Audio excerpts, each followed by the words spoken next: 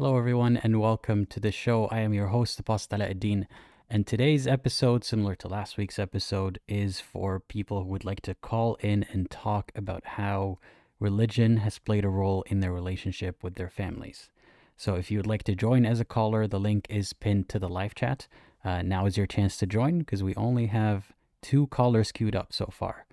And I'd like to remind you, if today's topic is not exactly what fits for you to participate, next week's might be. So next week's topic is very interesting to me.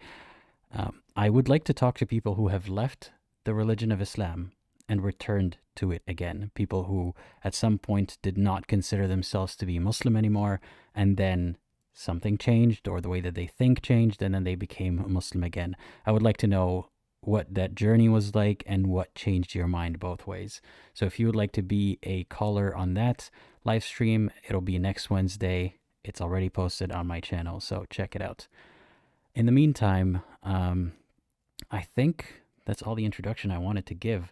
If you'd like to join again, link is pinned to the live chat, and it seems like we already have 1 caller who is ready to join. Love Child, I hope that you are ready because I'm adding you to the live stream now. Hey, Love Child, can you hear me? You are muted at the moment. Hi. How's it going?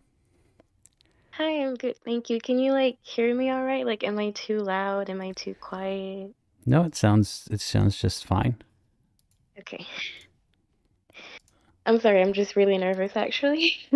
No worries. You could start Okay. by telling me a little bit about yourself and what you want to talk about today. All right. Yeah, so I was actually on another call, I think about maybe a little bit over a year ago.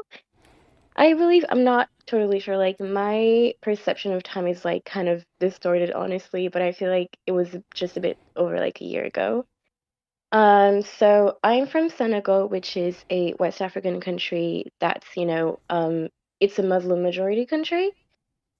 So I was born and raised Muslim, both my parents are Muslim, so are most of my family, although I do have quite a big chunk of my family who are Christian.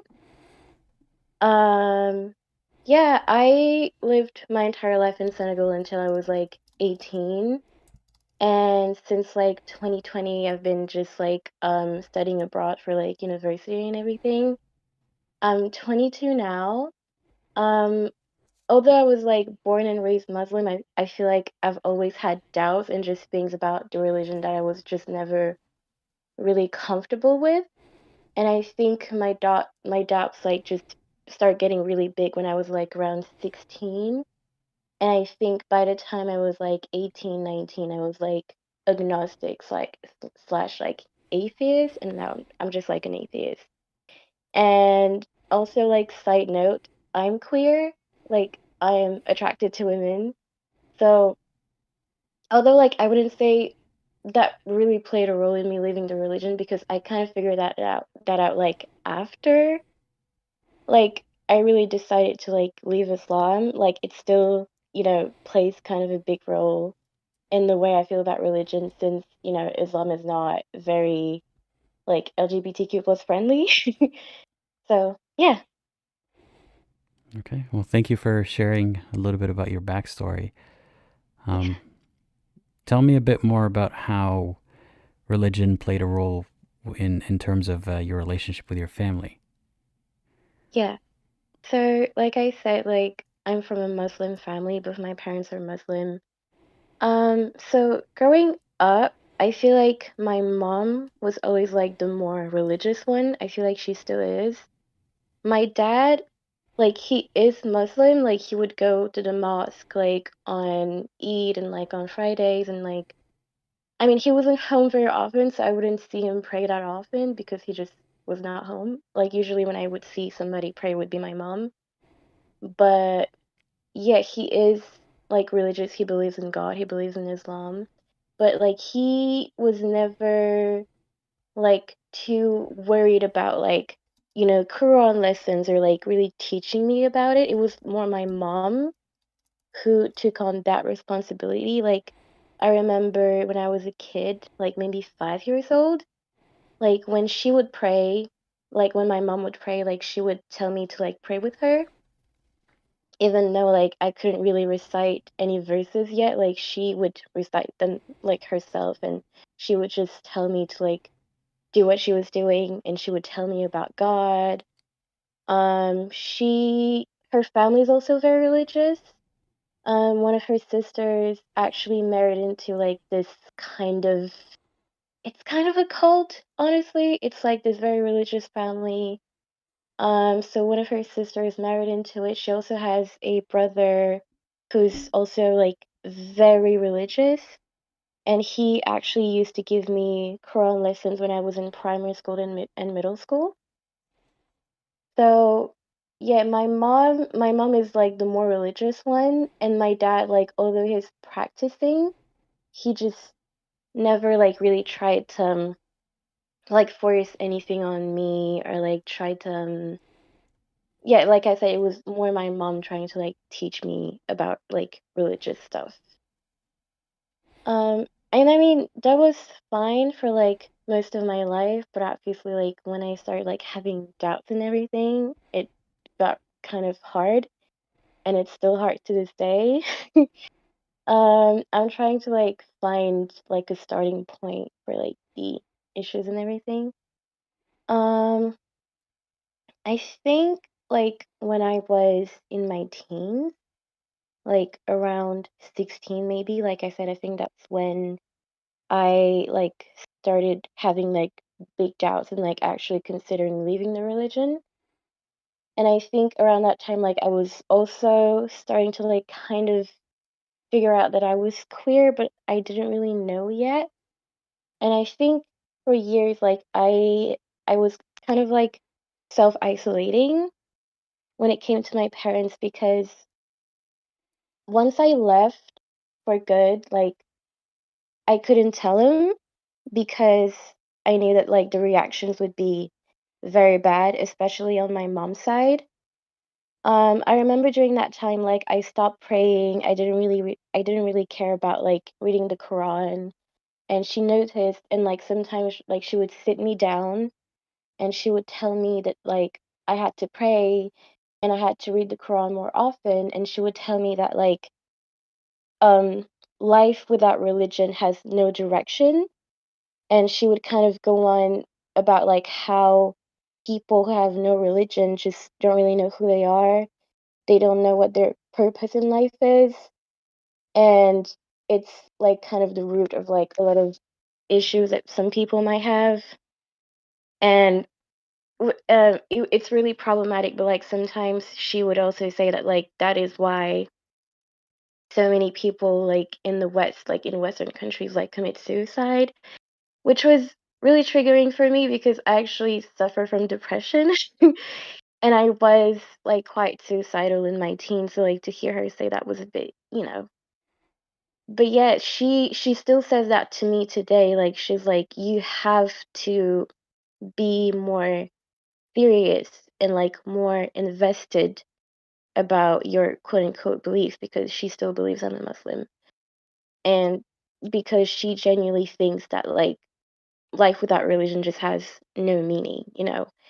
And she keeps telling me that like I have to know who I am, and that my identity has to be like rooted in religion. And yeah, I've struggled with like mental health for many years now, and she knows about it, but I feel like she doesn't truly understand.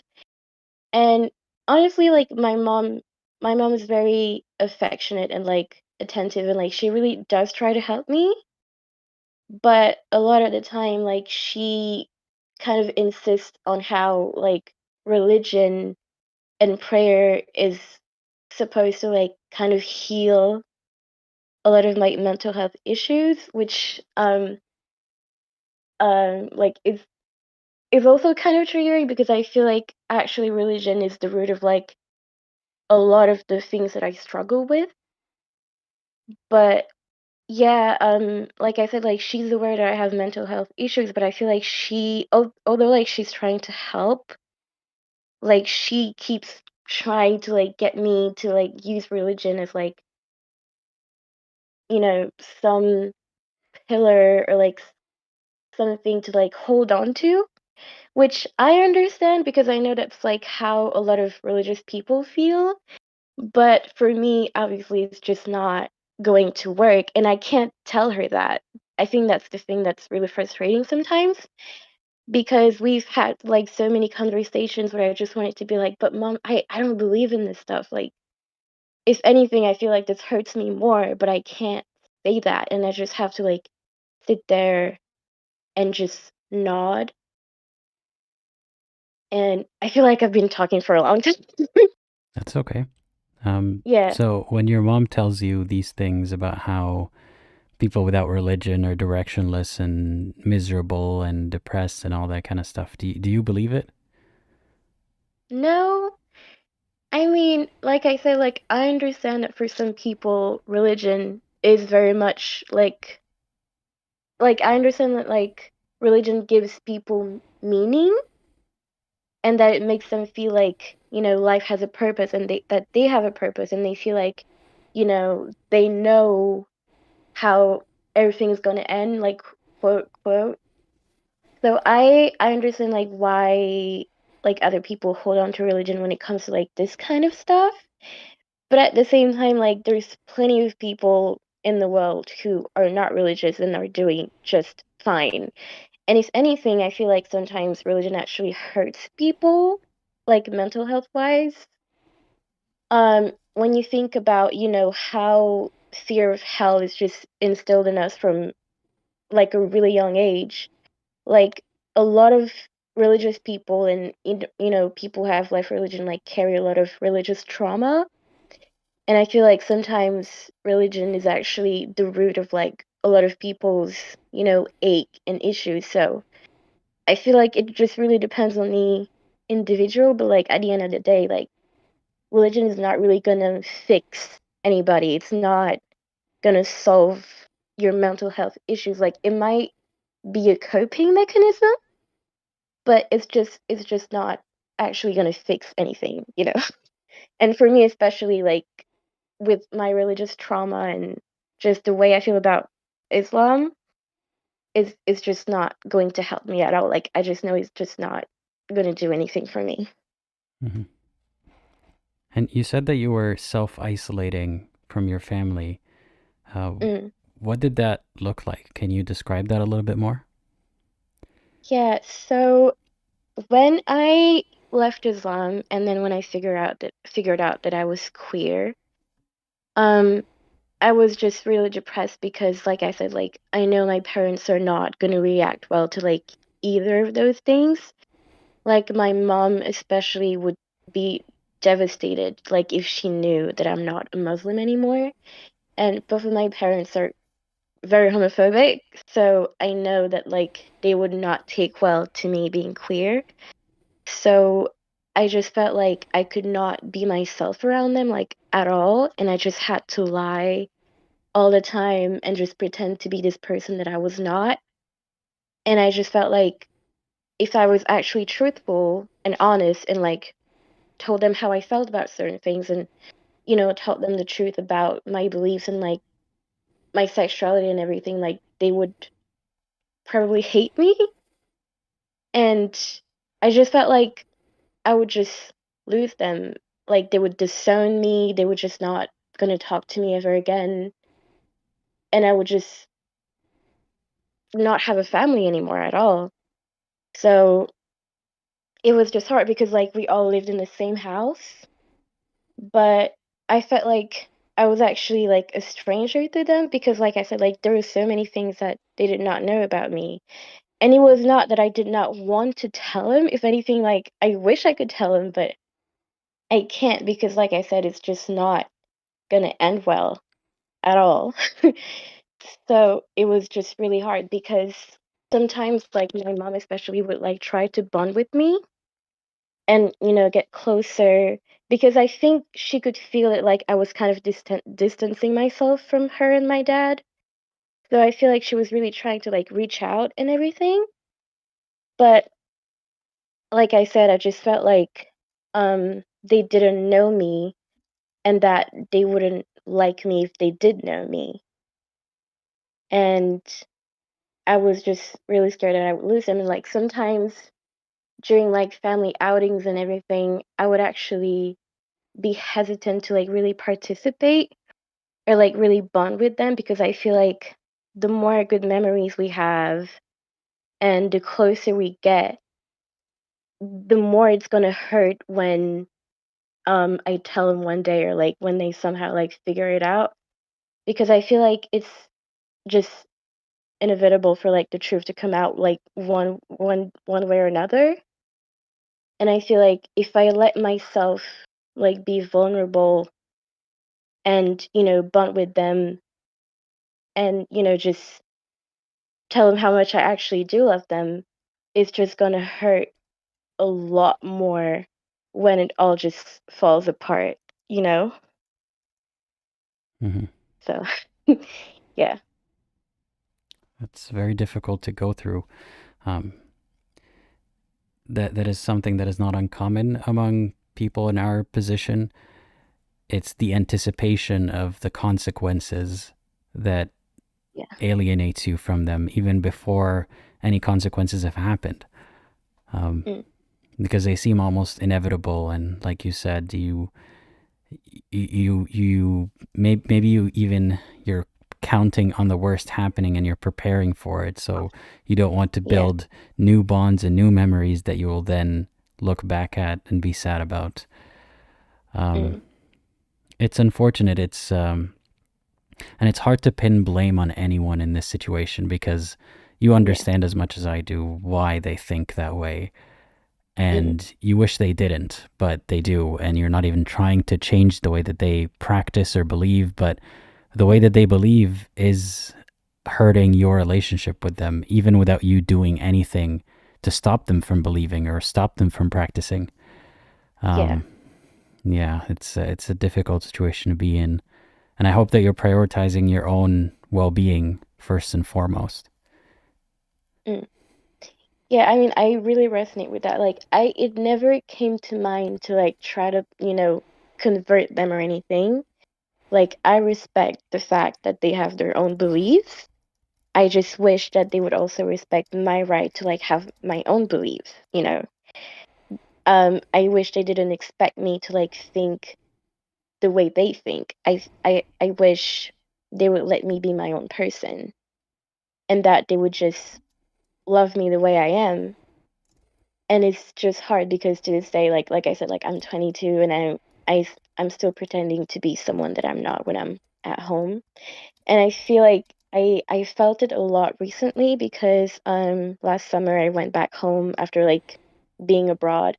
And it was actually like a really I'd had like a lot of hard times. Okay, so like I'm gonna backtrack a little bit. So before the summer, I think this was like about 2 years ago. So or actually maybe not like I said, I'm sorry, like my perception of time is just weird. But 2 years ago, maybe like a little bit over a year ago, there was this football soccer match, and there was like this Senegalese guy on one of the teams, and I think the players had to wear like rainbows or something on their jerseys to like show support to like the LGBTQ plus community. And the Senegalese player refused to wear the jersey. And so I think he was sanctioned by the committee. I don't think it was anything like that big though. I think he was just not able to like play that match, and I think they just kind of called him out on bigotry or something like that. But yeah, so that happened, and it actually caused a lot of outrage back home in Senegal. A lot of people were like extremely angry about the whole thing. And I feel like it all happened at the worst of times because in Senegal, like, I think homosexual, like, quote unquote, like, homosexual activity is already, like, punished by law. I think by, like, 5 or 7 years in prison or something like that. And I think during that time, like, literally just a couple months before that, people were actually protesting to like double the punishment to make it like 10 or 14 years. And then but then the parliament actually did not approve. Wait, sorry, can you still hear me? Yeah, I can. Okay, sorry. But yeah, then the parliament did not approve, and people were again like just really angry that they did not double um the prison like the punishment. And then that thing happened, and there was just like a lot of homophobia and hatred. Like I would go on social media and I would see family members, old classmates, acquaintances, just like spewing hatred on their stories and stuff like that. One of my really close cousins was like saying some really nasty stuff during that time, and it was really hard for me because I literally felt like everybody hated me because everybody was just going on and on and on and on about how much they hate gay people. So I was already like feeling really depressed about the whole thing. And actually at the time, like on one of my profiles, I had like a little rainbow emoji next to my name. Um, well, one thing is I think rainbows are pretty. I think they're cute. I think the rainbow emoji is cute. So I put it in my handle, but also like I think for me it was also like kind of a way to kind of express myself a little bit without having to come out. Like it was one of the tiny things that I could get, because I couldn't really say anything ever. Like people would go on like homophobic rants and I would just have to like nod along. So I know it sounds silly, but just having that little cute tiny rainbow in my handle was really like comforting and nice. And also again, like I just think it's pretty, but anyway. So all of that is going on, and then one day my mom's calling me, and yeah, she's calling me and we're talking, and then at one point she's like, um, can you take that rainbow off from like your handle? And I was like, why? And then she was like, um, I don't like it's associated with like those people. Like she did not even want to say gay people or like LGBTQ plus people. She was like those people. It's kind of funny because like back home, like people don't even want to say words like gay or lesbian. Like they treat it like it's like, like curse words or something. So she was like, I don't want people to like think that you're one of those people. So I was like, oh, and then she just kind of goes on a like homophobic rant herself. And I just had to be like, oh yeah, right, gay people, right, huh? And like then like she hangs up and I don't really have a choice but to like, take off the little rainbow emoji. And that day I think I had like two panic attacks in a row because again, like for several days, like I was just feeling like the whole world hated me. Like I know it's like an exaggeration, but like I said, like I could not go on social media without like several people that I knew and like a lot of them that I actually loved and like was close to just going on and on about like how they just hated people like me and how people like me should die. And then my mom calls me and like says that and I kind of just like exploded, I think. And yeah, it was a really bad day. Like I said, I had literally like two panic attacks in a row. And I think like after the second one, it was actually so bad. Like I was so physically weak. I could barely like lift my arms. Like it's like all my body strength just like left me. And I'd been crying for like hours on end. And at one point, because I lived in like a student like accommodation at the time, I think I was like trying to like put myself back together kind of. So I went to the kitchen and I was like trying to like get some food or something.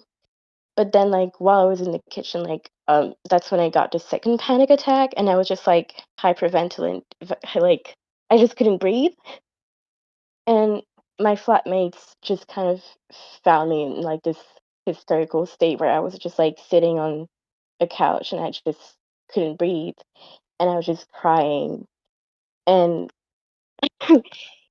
everybody, like, was like, "Oh my god, what's going on?" Because, like, when it comes to, like, my mental health, like, because I could never really, like, open up to, like, my parents and everything, I still, like, don't feel comfortable opening up about it to, like, anyone, and I kind of, like, hide it most of the time, Hmm. and to this day, like, most people in my life don't really know that I, like, struggle with that kinda stuff, so, like, it was it was not funny, but it was kinda crazy because they just found me there, and they were just shocked because, like, they'd never seen me like that, and it was really bad.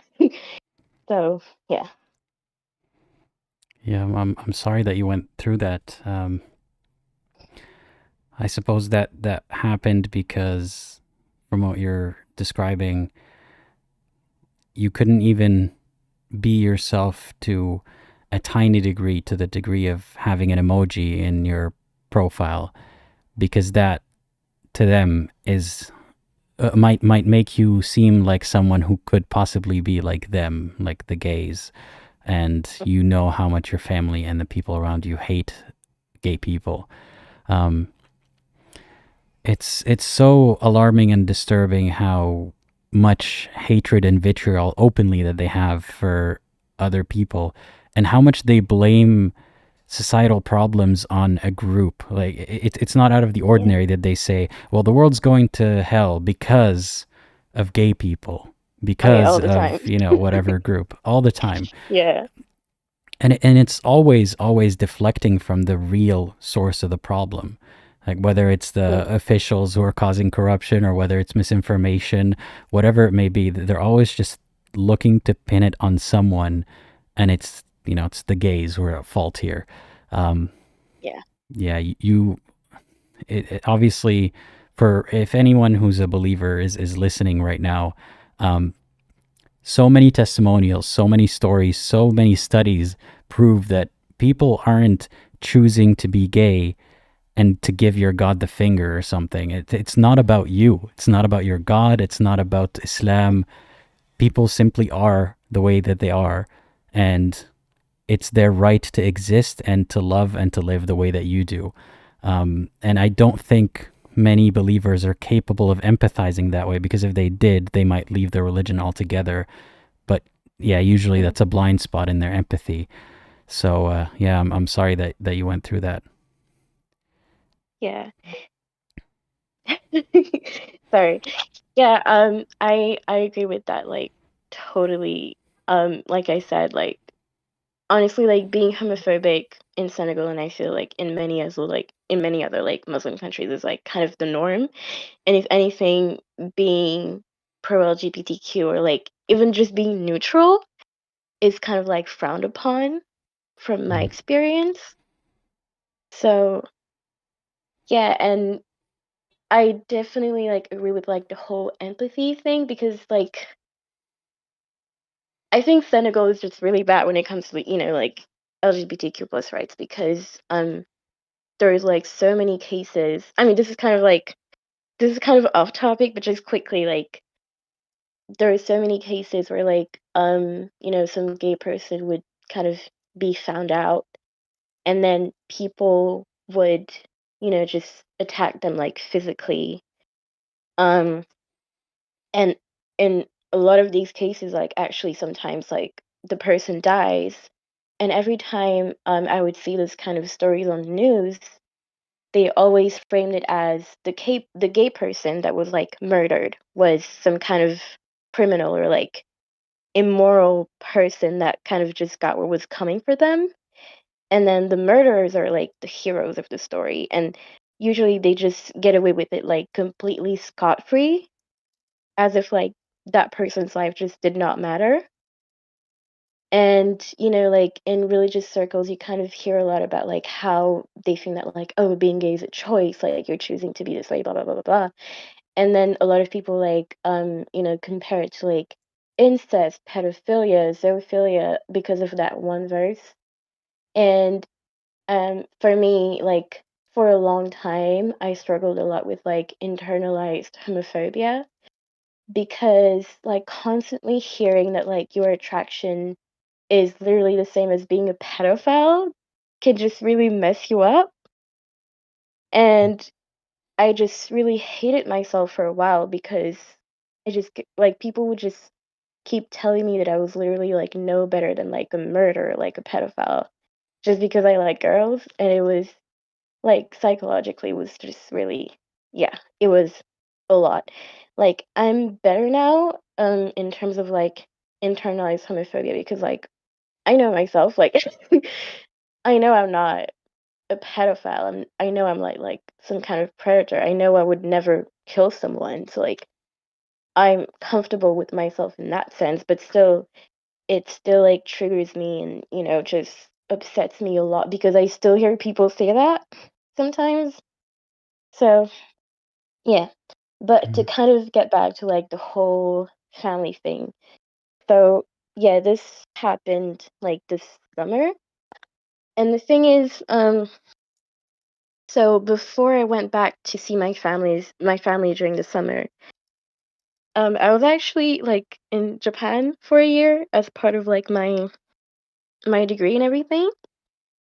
And when I was in Japan, I actually like went to this place called Shinjuku Nichome, which is kind of like the gay district of Tokyo.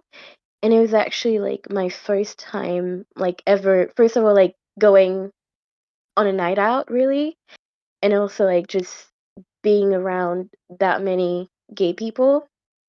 And honestly, it was definitely like the highlight of my stay there because I went there with like a group of friends who were all straight, but everyone there was like so unbelievably nice. Like everyone was like so welcoming and like so many people just came to talk to us. And they were just like saying hi and complimenting us and just being really really really nice. And it was so easy to like talk to everyone like just on the street. Like we did not even really have to like go into any places. We could just walk around and people would just be incredibly nice to us. And yeah, it was honestly great. And for the first time in like a very long time, I actually felt like I belonged somewhere.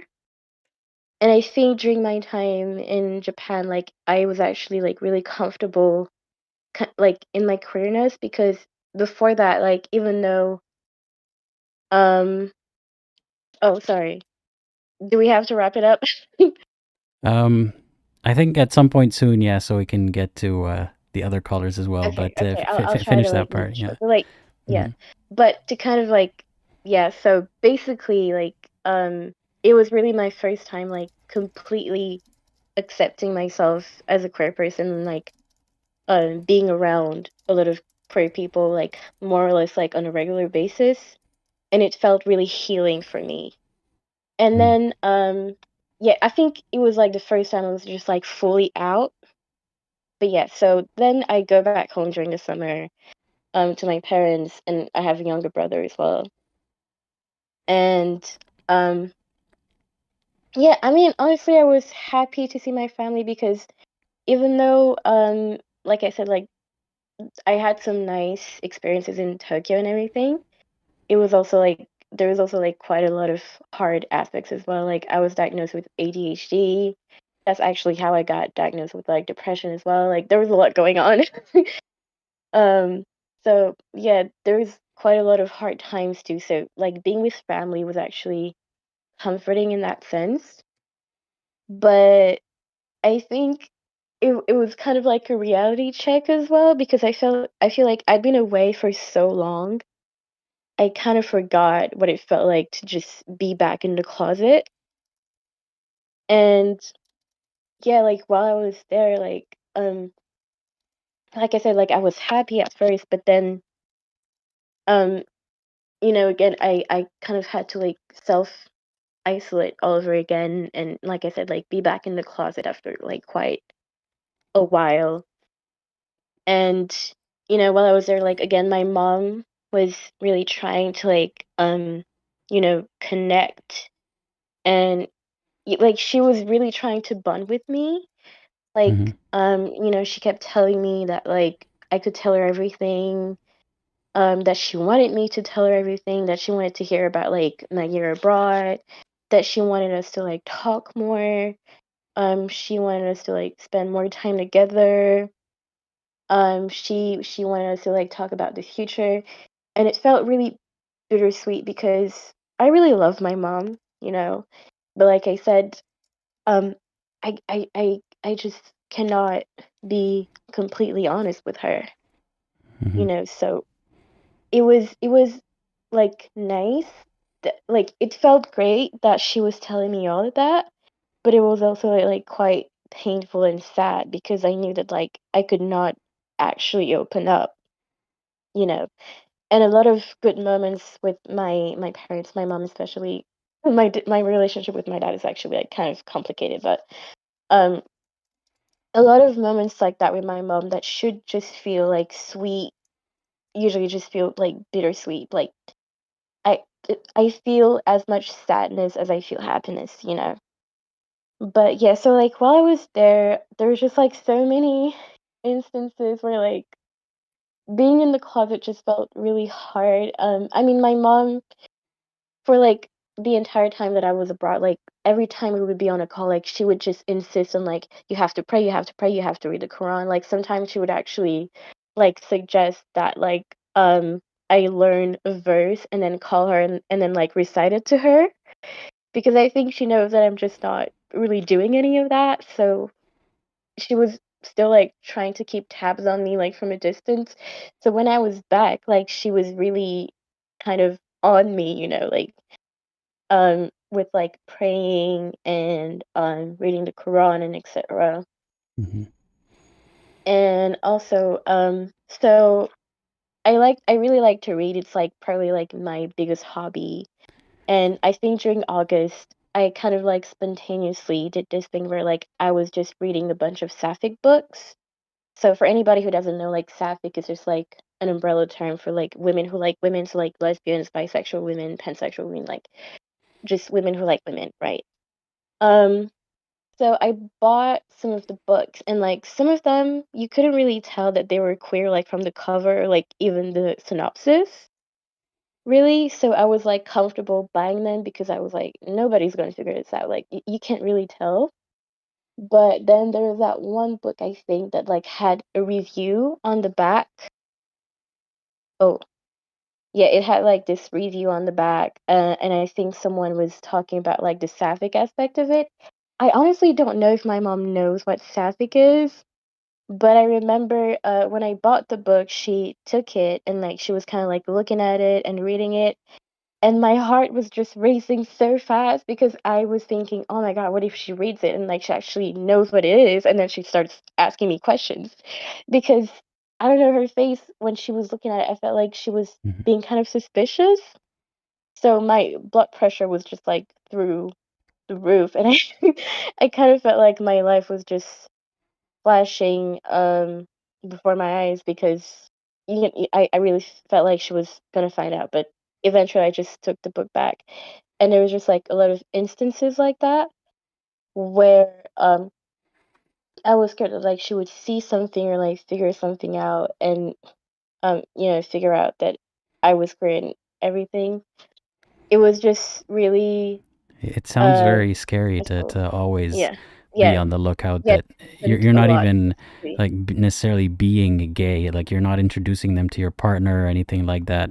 Just Mm, you have to always monitor everything around you and everything on your possessions to not give them a hint. And that's mm, it's no happy way to live, unfortunately. I'm sorry that you have to deal with that, and I hope that that's not weighing too heavily on you, and if it is, that you know how to deal with it, and to remind yourself to always look out for yourself first and foremost, yeah. because yeah, your well-being matters the most. Yeah. Thank you. Yeah, All right. Yeah. I think I'm done now. Sorry. I feel like I took a lot of your time. no worries. I'm glad you were able to call today. Yeah. Thank you. And I hope you have a great rest of your day. You too. Bye bye. All right. Thanks again to the caller for joining.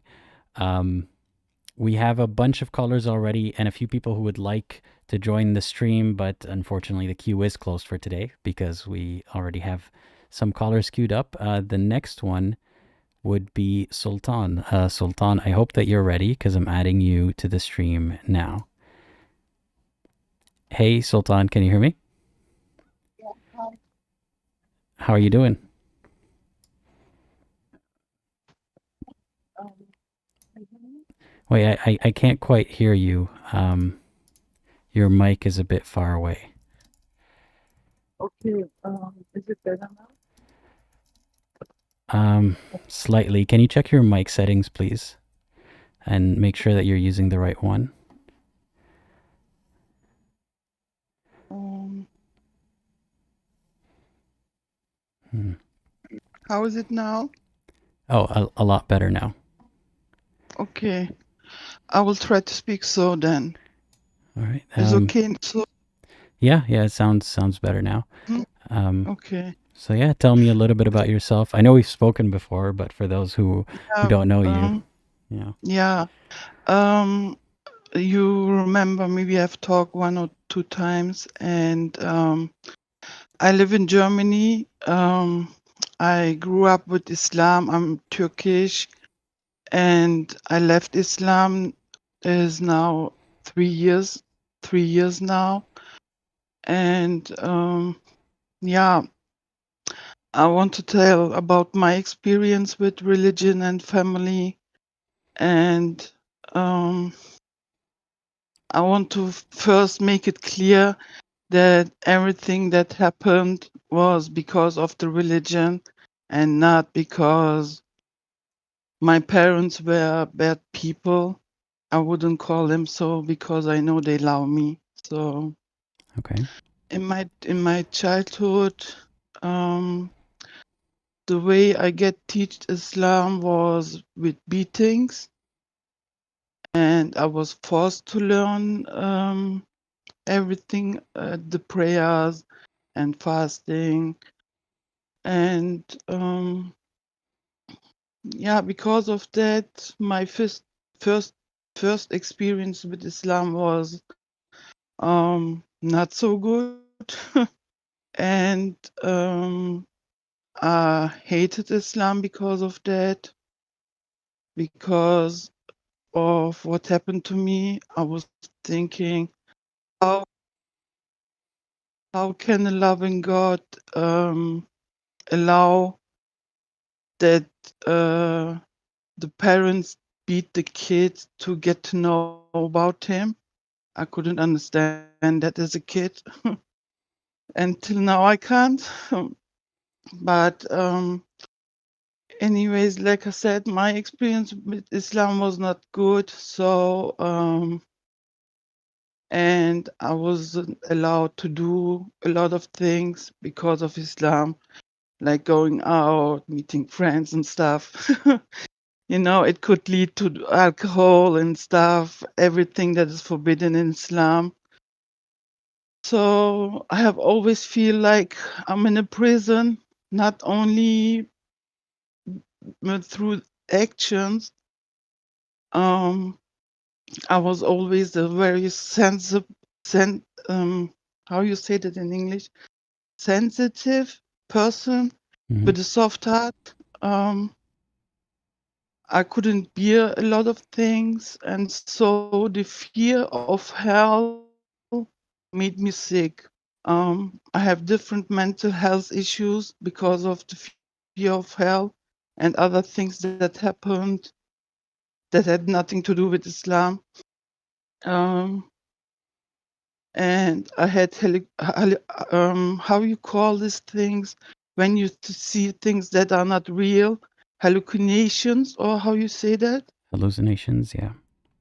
Yeah, I can't pronounce that word, sorry. That's okay. And I had that scene myself in hell and all that.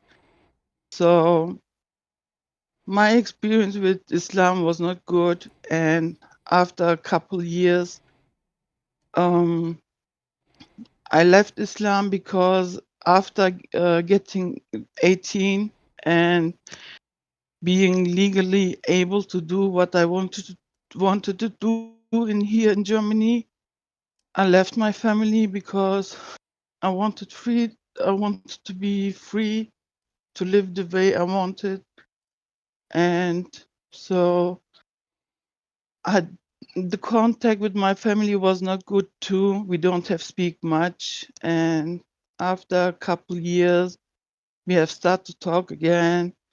And now everything is okay. My family accepts me the way I am, and all the negative things that had happened to me is because of religion.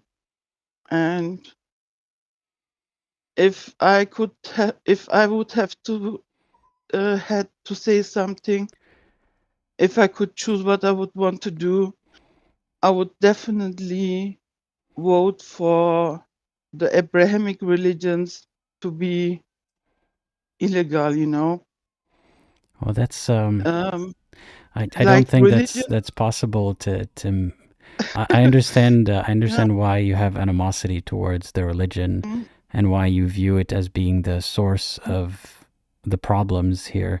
And there's no denying that it definitely played a role. Um, but it sounds like your parents were behaving in unhealthy ways towards you, and I'm sorry for what you've been through because of that.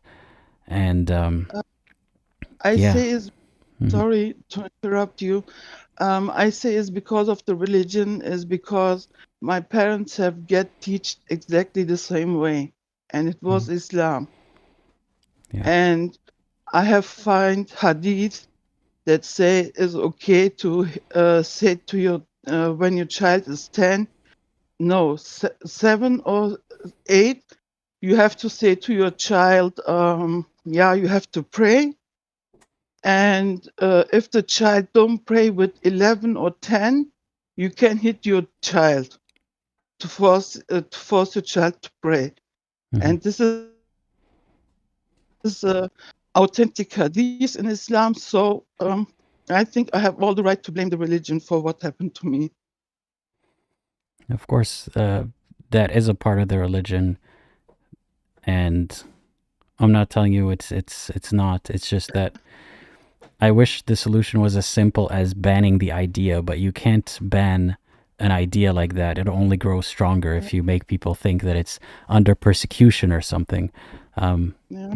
but what we hope for is to identify cases like these and intervene so that the harm is not being done with the cloak of religion giving the parents immunity. Um, I'm sorry that that has happened to you.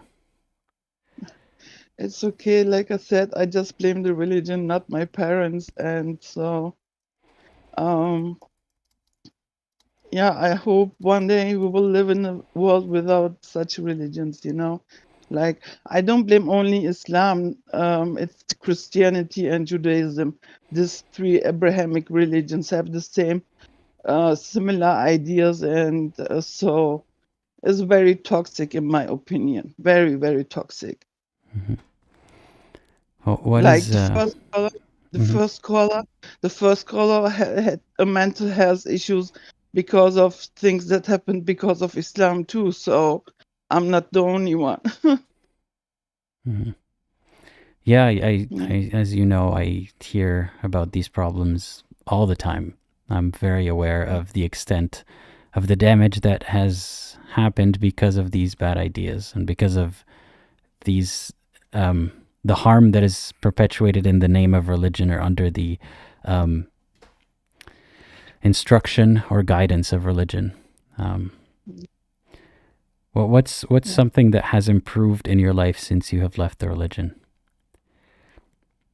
Um, my empathy and my, I would say, my understanding for other people, to feel for other people too, because before I was like very egoistic. I was thinking about myself, trying to save my from hellfire.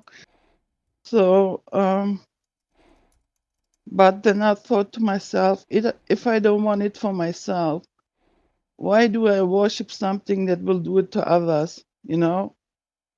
So I would say my empathy and, yeah, the way the way the way I see the world completely.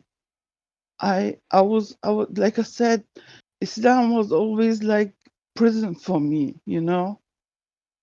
Only to have this, I don't know how you say that in English, peace in my heart. I feel peace in my heart, and I don't feel like having a lot of weight in my heart, always thinking about, if I do this, I go to hell. If I do this, I go to hell.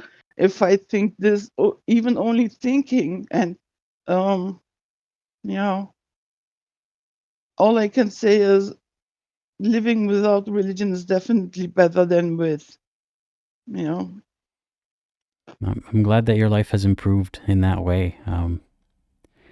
Yeah. I'm Yeah. definitely much more happier. Definitely, definitely. I'm doing much better without religion.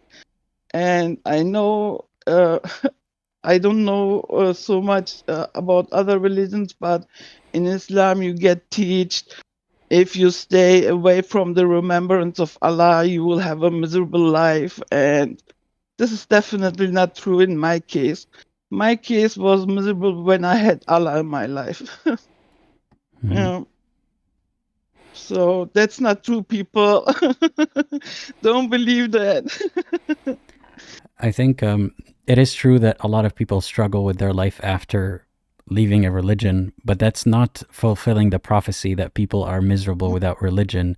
That's because there's an adjustment that people have to go through when they started off religious and then they're not anymore. It's not the state of not being religious or not believing in God that makes one miserable. It's the transition from believing to not believing and the way that people treat you for it. Yeah. It's not easy. It's not easy to overcome the indoctrination you go through all the years. You have believed, I think everyone from who leave religion have believed more than 10 years. And you can't forget 10 years in 2 months. Everything is a process. So maybe in the beginning you feel empty because you have you had something, you had some ideas. Religion have give you peace too, maybe. So if you leave Islam, you still lose something. So maybe in the beginning you will feel emptiness, you, but you will, with time, you will find better things to do, and your life will definitely be better without the religion. Mhm. Yeah, that's my opinion. I don't know. What would you say? Are you happier without religion, Aladdin? Of course I am. And it's hard to convey that to someone who is happy in religion.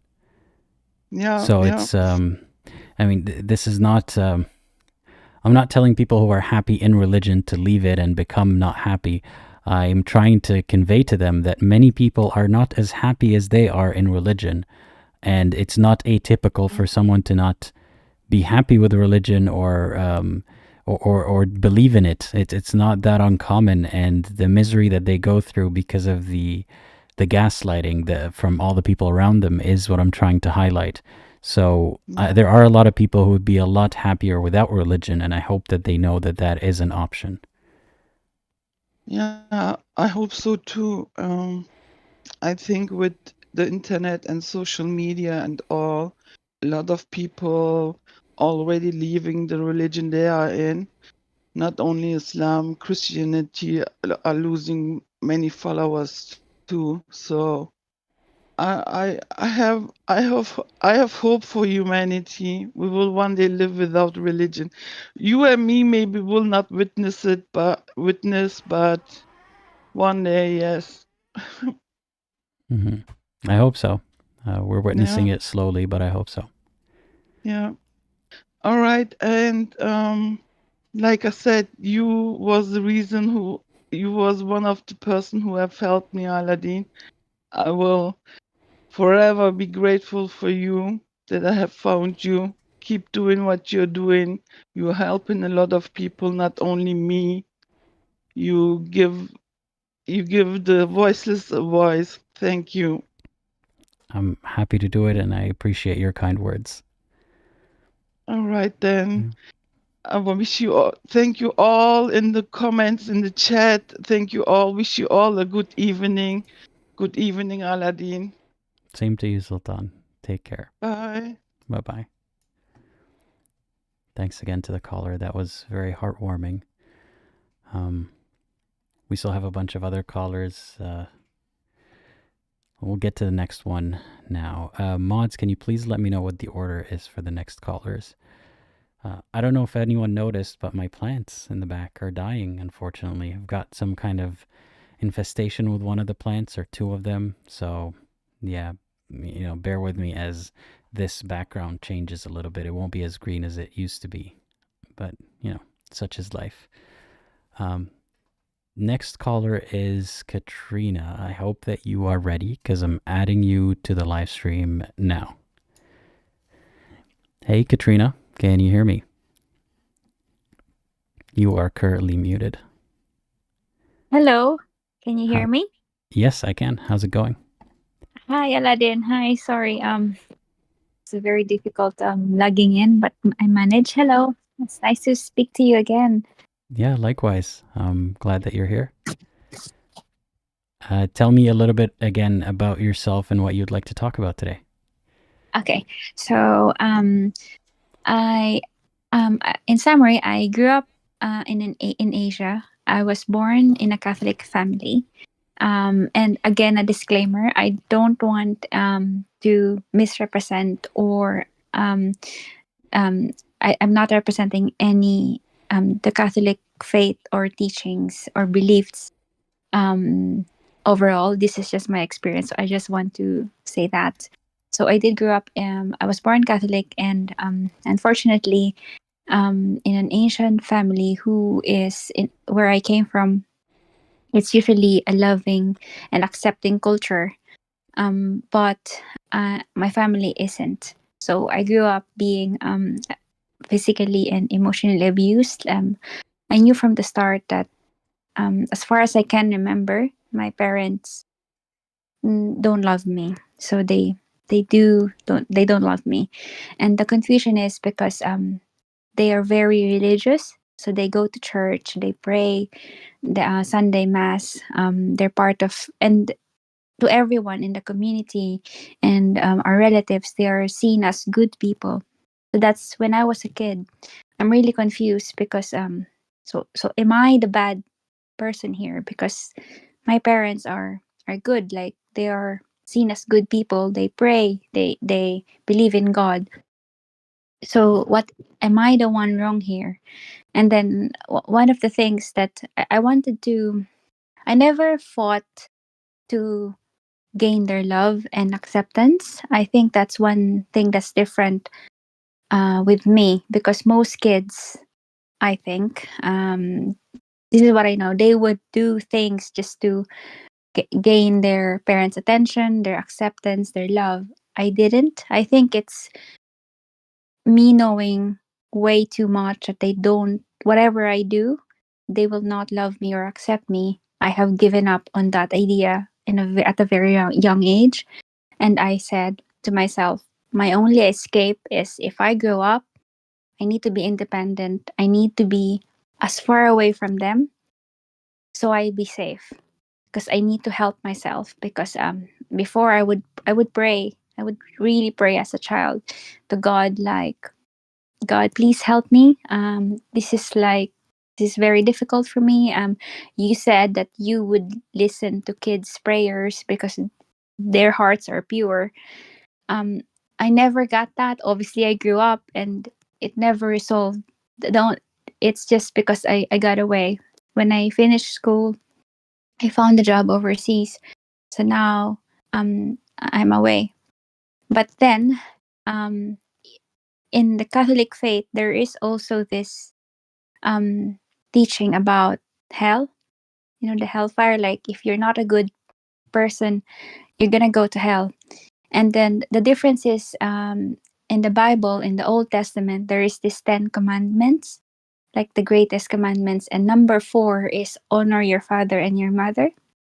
And that scares me a lot. And I was like, so no matter, I know I'm not, the goody person, but I know I am a reasonable person. I'm not the perfect person or the best person in the world, but I know that I try to be a good member of the society, of the community. I mean, I never, pick fights, do drugs, do smoking, hurt anyone, or steal, or like the things that I'm not a delinquent kid growing up.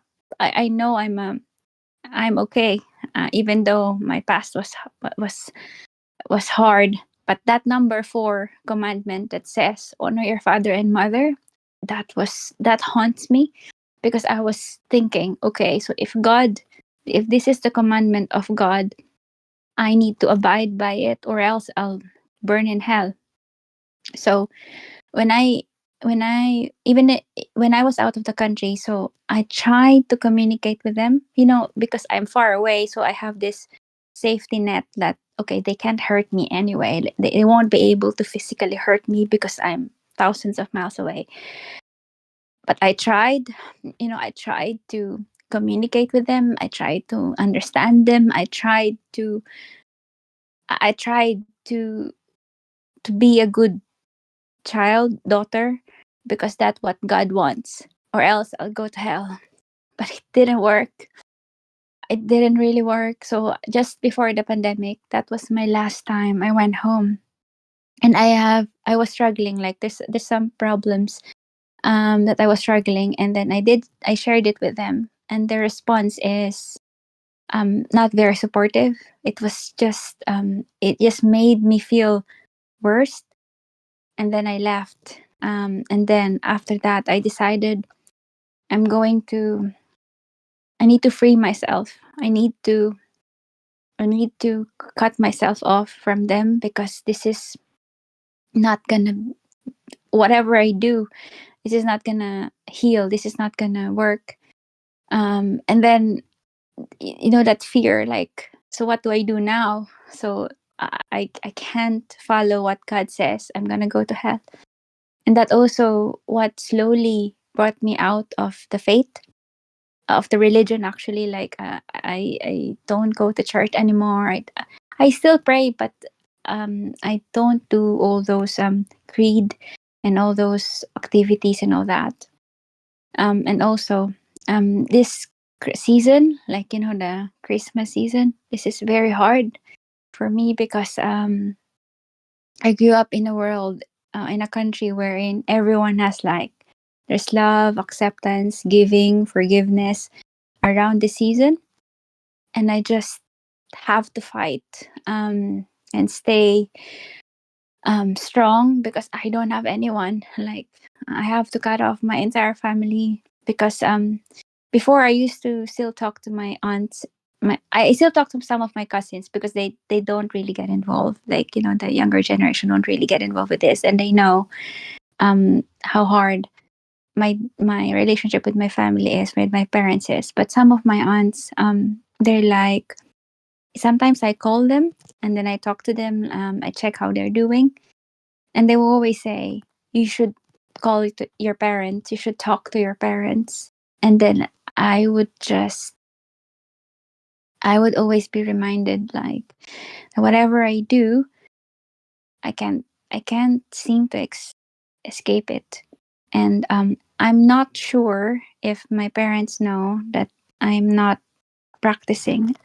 It's different with being a Catholic and a Christian, as you know, than leaving Islam. But in my community, where I lived, where I grew up, they always say, for example, if they know that, for example, if bad things are happening to me, or uh, um, just like bad things happening to me, I'm sure they would say, oh, because you're not praying enough. Oh, because you're not going to church.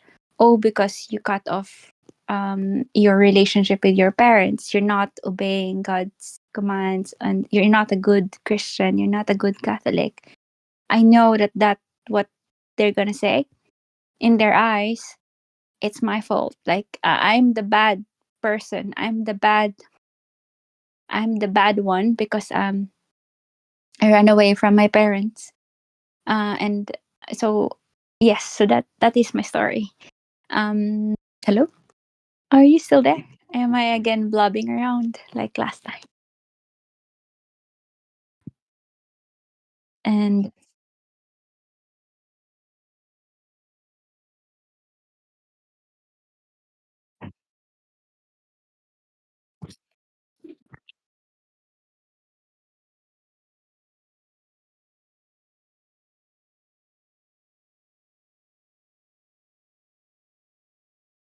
themselves for any misfortune that befalls them must be because oh, sorry, I was muted to the live stream. So I'll repeat what I was saying. This sounds very familiar. I hear it a lot from ex-Muslims as well. You know, the respect that they're commanded to give to their family, no matter what they do, the guilt that they feel about anything bad that happens to them, and explaining it as a consequence of not being religious enough or not being good enough to your parents or something of the sort. It's difficult to be there, and the loneliness of it is very isolating as well. I'm sorry that you're in that position.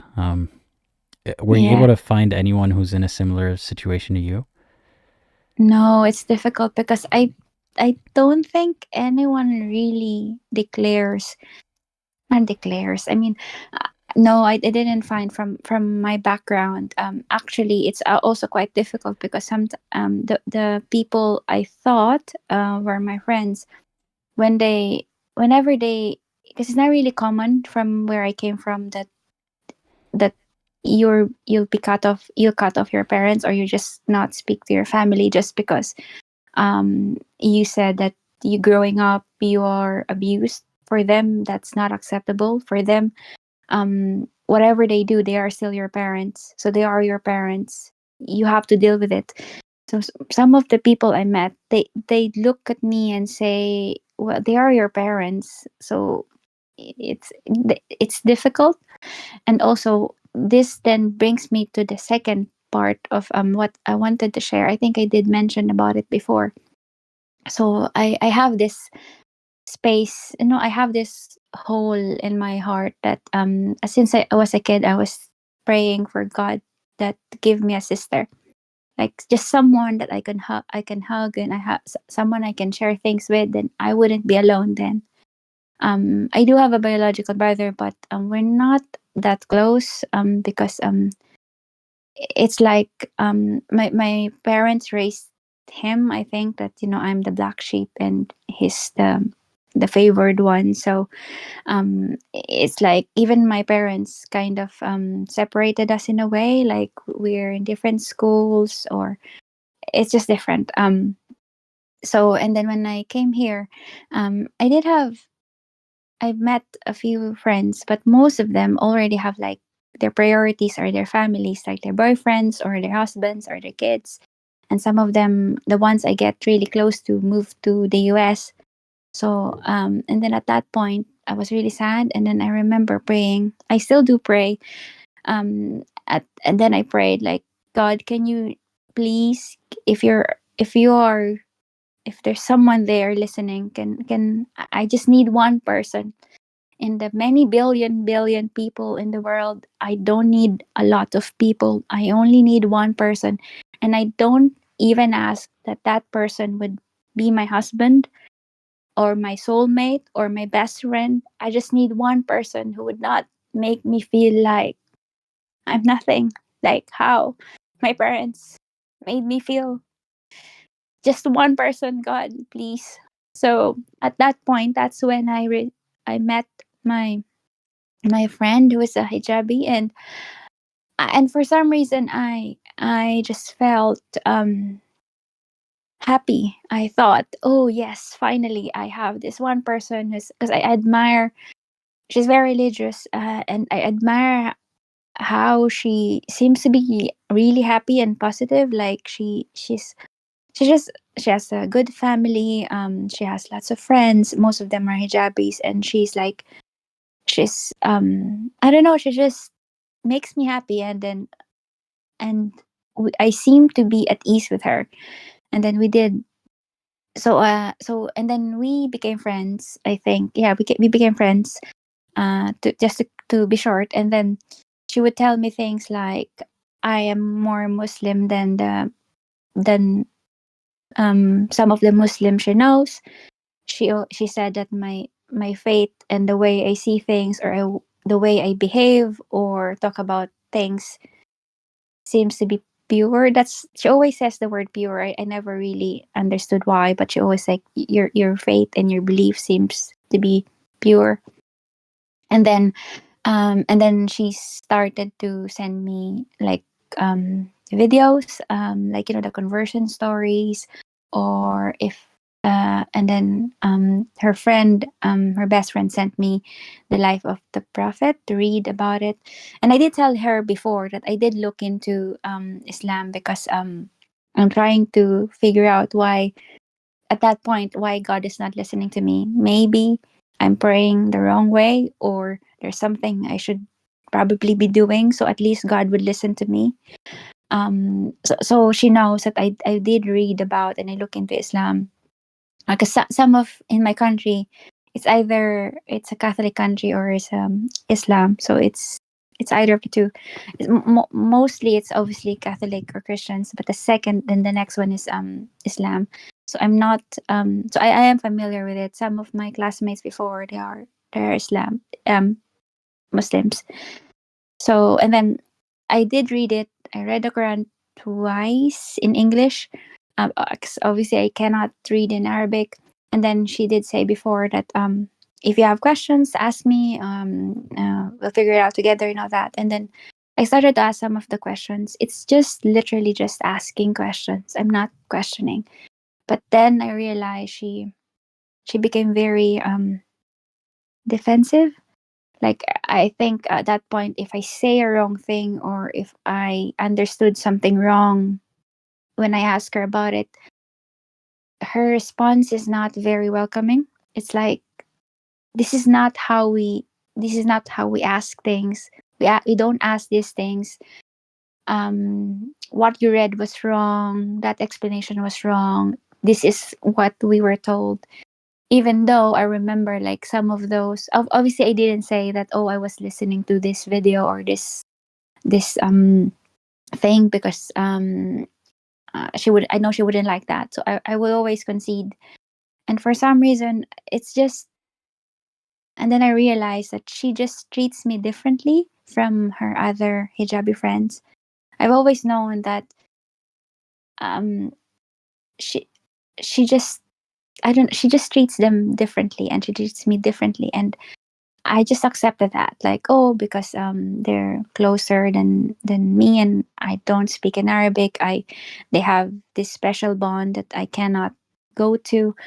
Even though her other hijabi friends actually would invite me, for some reason, when I check with her, she would say things like, "Oh, I don't think you would enjoy it, because most of them are um, Arab women. That there's gonna be a lot of Arab girls. I don't think you know anyone." Even though she's there, or there's a trip before overseas, and then one of her friend invited me. Hey, why don't you come with us? And I didn't say yes. I just looked at her and I said, "Can I come? Can I come?" I think it was a trip to Turkey, I think. And she just looked away. And then those things, like those little things, I felt like slowly she's distancing herself from me. And then again, I kind of think, is it because I'm not Muslim, or is it just because I read somewhere in the Quran that they are supposed, I mean, Muslims are, correct me if I'm wrong, I probably am remembering this not correctly, that Muslims are supposed to choose Muslims over non-Muslims. Is that right? I mean, it depends on the believer. Not everyone thinks that way, but it's not unheard of to hear that sentiment that you should prioritize, people in your faith before others. So maybe that was a factor in there. Maybe she felt like because you weren't a Muslim, or because you might have more questions for her, she's not as comfortable as she was when she thought that you were ready to accept the religion. That could be it. Or Yeah. it could be that maybe it has nothing to do with religion, and she's worried that everyone else speaks a different language than you, so it'll be difficult for you to get along. But it doesn't sound like that's the case. I don't know. It's hard to say. It is hard to say. And actually, recently, um, I don't know. She just becomes really angry with me for little things, like little things. And I was thinking, and I remember asking her, like, why are you so angry with me all the time? Like, these are little things. Like, yes, it's pissing you off. Yes, I'm joking around, but why would you be that angry? Like it's so exponentially. She makes things like big of a deal because it's me, and I know for a fact that if it's someone else, she would just brush it off. And the biggest part is last week we argued, and we just have this little argument, and then she just blocked me. that's that's that's it. She didn't. I was calling her because I wanted to explain, because I was like confused with what's happening, and she just blocked me. So she just literally ended the friendship just like that. And I am still confused at this point. Wow, like the 5 years mean nothing to you. So then I was like thinking, this is like sucks. Because since I don't have a family, I do care about my friend, especially her. I did love her and care for her as a sister, because for me, I that's the next best thing that I can have in this world, is to have friends that I get to choose to be my family. But it's there, and I can see some points where it kind of got worse, but I never really get to ask her about it. I remember last year they went to uh, um to um what's the place again that you visit in Arabia? Was it Mecca? Yes. So she went with her friends on the trip. And then I remember when she came back, she was really different towards me. And I've heard some stories about this, when when they go there, when they come back, they seem to be quite more strict. And I do remember that over the last year since that trip, she was really different towards me.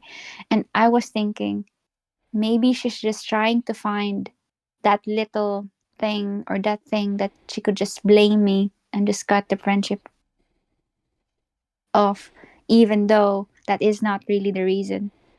I really do have a feeling that that's it. So, Whatever the reason is, the effects that you're feeling are the same. And yes. from your point of view, it all started, it sounds like, when you didn't embrace the religion, or when you had more questions than she could Yeah. answer. Yes. I remember, yeah, I remember it well. I remember well how she became different. Yeah, it's just really hard. And then I don't know if I'm on off that topic, but yeah, so for me, she's my family here, like for the last 5 years. Even though it's a friendship, I know that she never really probably needed, or she never wanted, or she never asked for. I willingly gave it. I mean, without in a heartbeat. And then now she's just like that. And I don't know what to do, because I was thinking in my heart, if she's just not believing the way she believes, it's not gonna be like this. So it's really hard. So I don't hate Islam. I don't hate Christianity or Catholicism as it is. I think I have so much pain in my life to to to focus on hating anything or anyone, but it just hurts, really hurts. And then some of my friends, um obviously I don't really tell them the exact details or things, because that's not, it's something that me and her should talk about. But then obviously they notice, and then they would say, "Oh, don't worry. I'll bet on it. You'll be okay by like in 2 weeks before this year ends. You always made up. You always, friends fight. Friends have this misunderstandings. You won't be friends or close friends if you don't argue or you don't, rub each other's nerve or something." But I can't even say that. No, I think this is it, that she just decided to cut me off. Whatever I did, I don't even understand how she never, as in she just never wanted to talk to me. I mean, I would have understood if she told me what it is. But still, I'm trying to understand. Maybe it's hard for her to tell me, or maybe I just literally strike so much, so many nerves that she just decided that you should go. But I've seen her with her hijabi friends, and she's not like this. She's not like this. She loves them, cares for them, understands them, accepts them more. It's like I do one thing wrong and I'm out. Something like that. So that's just what I wanted to say. And I don't know if anyone else has experienced things like this with a Muslim friend and a non-Muslim friend. I don't know if that is just me reading into things, or maybe it's just a friendship that is not meant to last. I don't know. I mean, What do you think? as important as it is to identify the cause of that, whether it's the religion or not, it's maybe that'll help you going forward to identify signs of that kind of unhealthy relationship. But what matters the most is that you experienced it, whatever the reason was, and that you're struggling with it and finding ways to heal from that and move forwards is ultimately more important than just pinpointing the cause or speculating about the cause. Not that it's, that I'm dismissing what you're saying about the cause. Yeah, I'm sorry that family got in the way of your relationship with family. That religion got in the way with your relationship with the family, and also with chosen family, like friends, Yeah. and a completely different religion. So I can see why that would be so frustrating. Yeah, that is a big loss, and I hope that you're going through the mourning process of it. Yeah, actually, yeah, it's just really difficult. Like, really difficult. It's really hard because it was 5 years of friendship, and I thought that she's that one person that would not treat me like this, because it's like my parents would tell me before, whatever I do, whatever, they won't like me, they won't love me, they won't accept me. And they said other people won't either. And then she is the person who actually made me remember that. So it hit really hard. That But it's not true that people won't accept you if you're not religious. You just happen to come across a person who valued religion so much and factored it into their identity that they struggle, from what you're describing, they struggle to understand how to relate to someone who's not part of their group. And that's not your fault. Yeah, it is. I know. And then there are moments wherein I was thinking, I don't need to be practicing Islam to laugh with her or her friends, or to go on trips, or um even just watch a movie or talk about life. Or I don't see why she can see that I deserve a chance to be her friend too, even though I'm not I'm not Muslim. Sorry, I keep on saying the wrong things. And I remember before, because silly things, I never liked pork. For some reason, I never liked it. As a kid, I don't like it. I don't like the smell of it, even though it's being cooked in the house. I don't like it. So it's like, I don't know, for some reason I don't.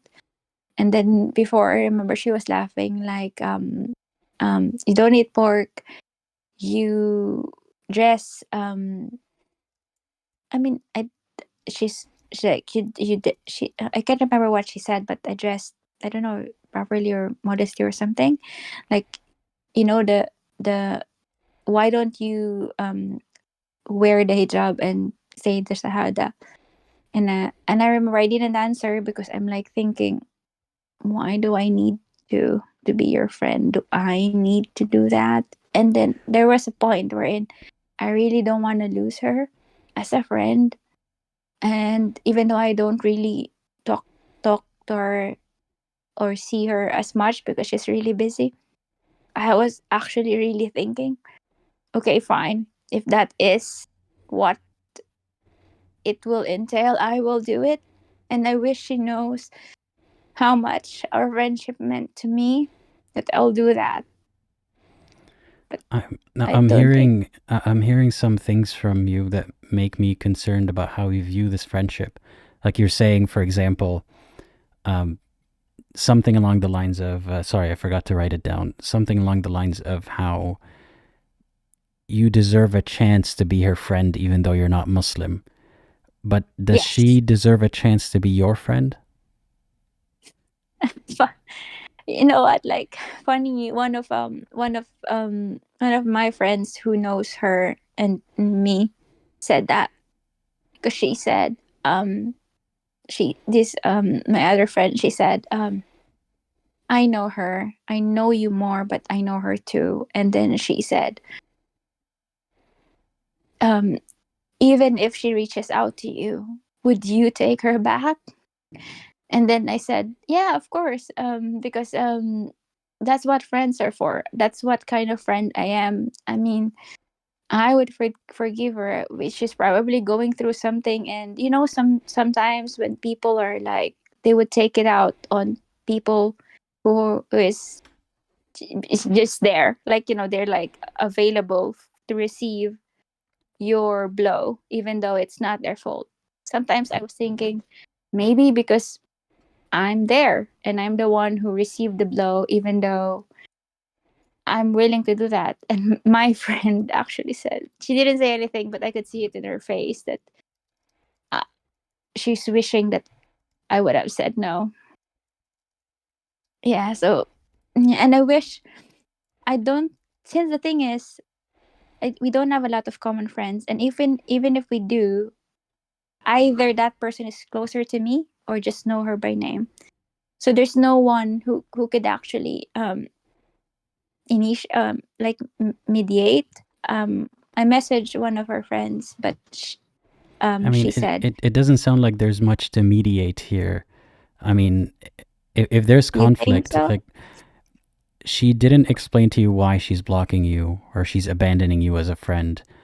It's not like you disagree on a situation and you need a third person to help you reach a resolution. She's not even willing to tell you what the problem is. I don't think you should be thinking so far ahead to how can I bring her back? How can I make her think or realize that I really want to be her friend? You need to prioritize yourself more. Does she want to be your friend? Do you want a friend like her? Like if she comes back to you and apologizes and explains that it was all misdirected and because of something else, that's a different story, but you shouldn't be hoping for or fantasizing about scenarios where she comes back to you as a friend, it's difficult to cope with that loss, but you have to write it off as a loss, unless she proves otherwise. But from what you're describing, at least, it doesn't sound like you did anything that you should be aware you did wrong, and she didn't put in an effort to describe what it is. So, as hurtful as this sounds, I think that friendship is over, and you can appreciate it for what it was, or the good times that you had during it. But it's hard to move on. I understand that. Yeah, it is. Oh, sorry, I didn't realize I'm taking a very long time, but That's okay. yes. So yes, we had a disagreement, and I wanted to explain because I wanted to explain. So, that's how it is, right? If you have a disagreement, you wanted to explain, but she just didn't. She didn't hear me out, and she just blocked me. So yeah. So, but then I still don't understand why it will just blow up like that. It's like the way she reacted is exponentially, so exponentially surprising. That's why I was like caught off guard. Like I thought she would just be pissed, for a bit, and then talk about it, but she didn't. So that's also what I was really confused, because this there is something else. There should be something else, because this is not something that you would just cut off a person. Mm-hmm. That's why I was thinking this is ongoing, that I probably just, I don't know, just keep forgiving her, even though she doesn't really ask for it. But yeah. Yeah, so thank you for listening, and I hope that you get to what do you call this? You get to release the negative things that you get to listen to from us, because I know it's hard on you too, because I am working in the medical field, and I do know that being supportive for someone else can also take its toll sometimes. So I hope you get to do that, and thank you for everything that you do. I appreciate you saying that, and I appreciate your concern, and yeah, I hope that this talk was helpful to you, and I want to highlight something that a lot of people have been saying in the live chat, just in case you didn't notice it. A lot of people are urging you to join the Discord community that we have, because Oh yes. yeah, it sounds like you could use some of the friendships that you could form on there, because a lot of people are in a similar situation to you, and they find their peers in a community like that. So I just wanted to echo their voices in case you didn't see it. Yes. Okay. I will. I actually was trying to do that earlier, but for some reason I think I don't know, like I don't know if it's my VPN or something, but I was trying to do that, and I will. Thank you again. Of course. And I hope you have a great rest of your day. You too. Bye bye. Bye-bye. Thanks again to the caller. We still got 2 more callers to go, and we had plenty of more people interested, but unfortunately we have to close the queue somewhere. So if you want to join one of these live streams, please make sure to show up before the live stream begins. I post about them a day or two, if not more, before the live stream begins, and they're usually every Wednesday. So try to find a live stream that fits you, and the topic fits you, and the timing works for you. And look out in the live chat 15 minutes before the live stream. I post the link to join. So yeah, if you're interested, make sure to do that. And I want to thank one of the members, Kikno, for gifting 5 memberships. Thank you so much. One of them actually ironically went to them, but that's fine. So at least 4 people who previously could not join the community now have the chance to do so. So thank you so much for gifting them memberships. That's very generous of you. All right, let's get to the next caller, Anonymous. I hope that you're ready because I'm adding you to the live stream now. Hey, Anonymous, how's it going?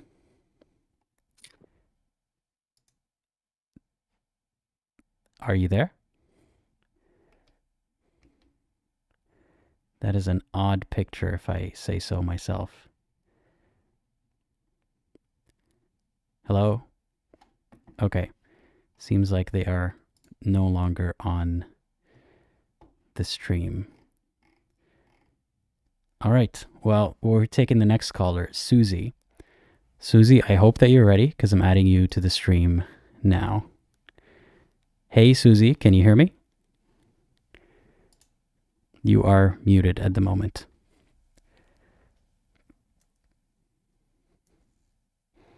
Are you there?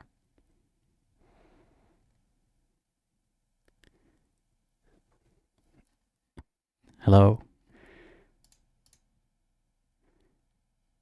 Your mic doesn't seem to be working. All right, we'll try that again in a bit. Seems like we're having some technical difficulties. All right, I'm adding the previous caller again. Hey, Anonymous. Are you there? Hi. How's it going? Hi, it's going pretty good, thank you. How's it going with you? I'm doing all right, thanks. Yeah, so tell me a little bit about yourself and what you would like to talk about today. Okay, so I've been calling, I called in because I've known you for about a year now, and I actually also had contacted you a while ago, but that didn't work out. So yeah, I'm here because I'm an ex-Muslim too. I'm from Berlin, Germany, and it's been a couple of years since I've stepped out of the community, and yeah, I gained a bit of distance, and I guess it's just nice to recap. I'm sorry, I'm not a native speaker, but like to rethink the whole thing, like after you had a bit of time for yourself, away from all that chaos and drama, like as it is often in like Muslim families or communities. Yeah, I'm gonna be honest, I haven't really prioritized what I want to talk about today. I just thought that it would be fun to maybe, yeah, have a chat with you. Sure. Is there anything related to family and your journey with religion that you think you might want to share? Yeah, I guess what's unique about my journey in this world and life is that although I sound male, I'm actually female. I'm born female. I've been raised female. I have gone to like to the mosque and to like Islamic school on the weekends as a girl with hijab and everything. I've worn the hijab until I was like 16 or 17. I'm in my early 20s right now, and when I like the thing here in Berlin is that although it's a pretty secular country and city, and the city itself has a lot of different faces to it, there's also a really big Sunni community here. I'm talking about the Turkish community. I'm Turkish myself, so I don't know. It's just been a crazy experience how in a way how manipulative the whole like it has felt like you can't really control how, and of course you can't really control in what family you're born in and everything, but it has definitely shaped my my experience here in a way that I have not seen like my German friends, or if anything that their experience has not been like that. I'm kind of rambling right now. I would appreciate if you kind of like give me some, structure or Sure. something. So tell me about when you realized that you don't believe anymore, and how did that go? Yeah. Let me think a moment. So I was this was like a year before COVID. I was spending a lot of time alone, and I have had these discussions that I've also heard from other ex-Muslims that they have had with their parents, where they kind of poked with questions and like try to question some stuff, like regarding like, yeah, how, for example, the role of the woman in the religion, and how it doesn't make sense that a religion that claims itself to be progressive in some aspects would have such contradictory teachings in it regarding like genders or something like that. And like I've had discussions like that with my parents, and but I still, of course, had this deep-seated like fear. Of course, it was all very, very irrational, but you don't really have the tools to just like see through it from the start. So it's kind of just built from there. And then a year later, when COVID started, I basically like started living my life more liberally, outwardly, and my parents weren't really fond of that. And my dad also like they had such like crazy beliefs to me. Um, what I found to be crazy, because like I took my hijab off, which was a huge step for me because it was such a huge part of my identity for so long. My voice is shaking right now. I can't really control it. So yeah, it was a huge part of my identity, of course. And then I took it off, and then at home, like there has been like instances where it was. I actually feel a bit ashamed to say this, but like my mom told me to like hide my body because my dad could sexualize me and stuff like that. It was like I just had enough. Like I I was so bored of it. I didn't want to be there anymore. And although I had these like thoughts, oh my god, like if I just like move out or tell them that I'm atheist, which I don't really have to do as little as I have to like come out to them or anything. I don't have to. We don't have to do anything. But like, of course, I had these like thoughts about, oh fuck, like how is this gonna go? But I just had this like intuitive nudge that like I was told, or like I told myself, no, like you have to move out now. Like you're young, but like it doesn't matter. And then I moved out, and that allowed me to kind of take a step back. Now, after that, there was like a lot of guilt about that you like leave your family and everything, and it was really hard because all this time in this huge city, I still I like I was really alone because this was the only community that I thought I found love and support in, which like looking back wasn't really that great because like it was very dependent on certain things that you follow and believe certain things, which I now realize is like ridiculous. Um, and that's a really sad thing I find for many Muslims. I now have like acquaintances. I don't know if I pronounce it right, but who are still maybe Muslim or like have an Arab or Turkish background, but still live like very modern life, which they think. And for them, it's also, and like I see it that they have this very lonely energy sometimes where you can't really be understood by a lot of people. Um, that's why I appreciate it so much that you took your time to build this space to listen to ex-Muslim voices.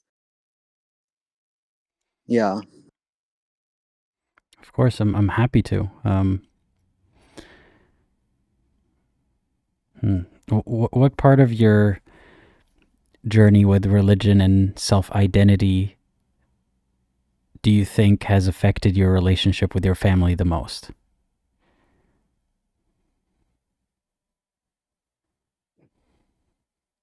Do you mean back then or like right now? Right now.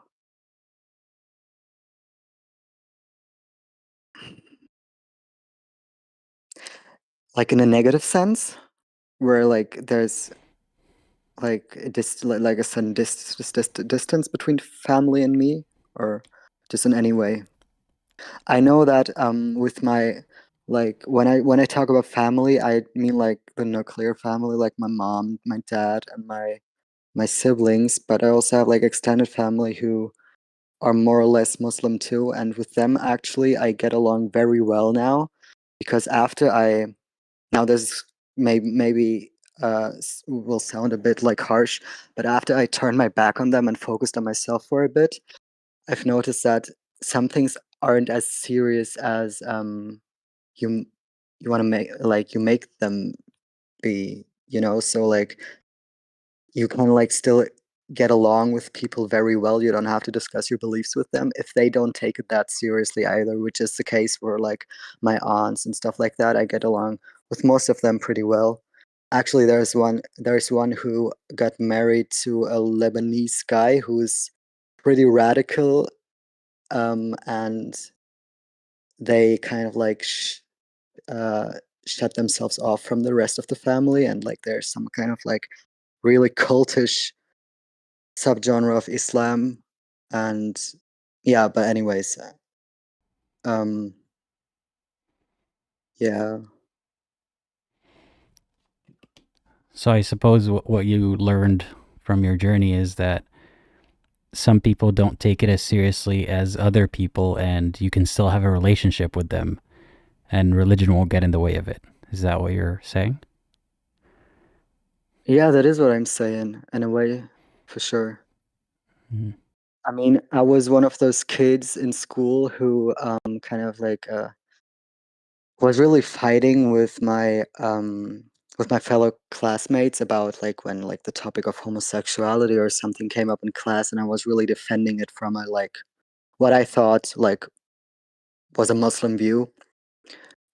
Whether or not it was actually Muslim or Islamic, like I don't really care. But I was like really firm in my beliefs, and then after I got out of the cult, um, it kind of took a 180, and I kind of like I also came out as like lesbian. Everything later came out as a trans masc, non-binary person, like a trans guy, if you want to say it like that. Um, yeah, it's really messed up actually, but it's also been very fun if I'm honest.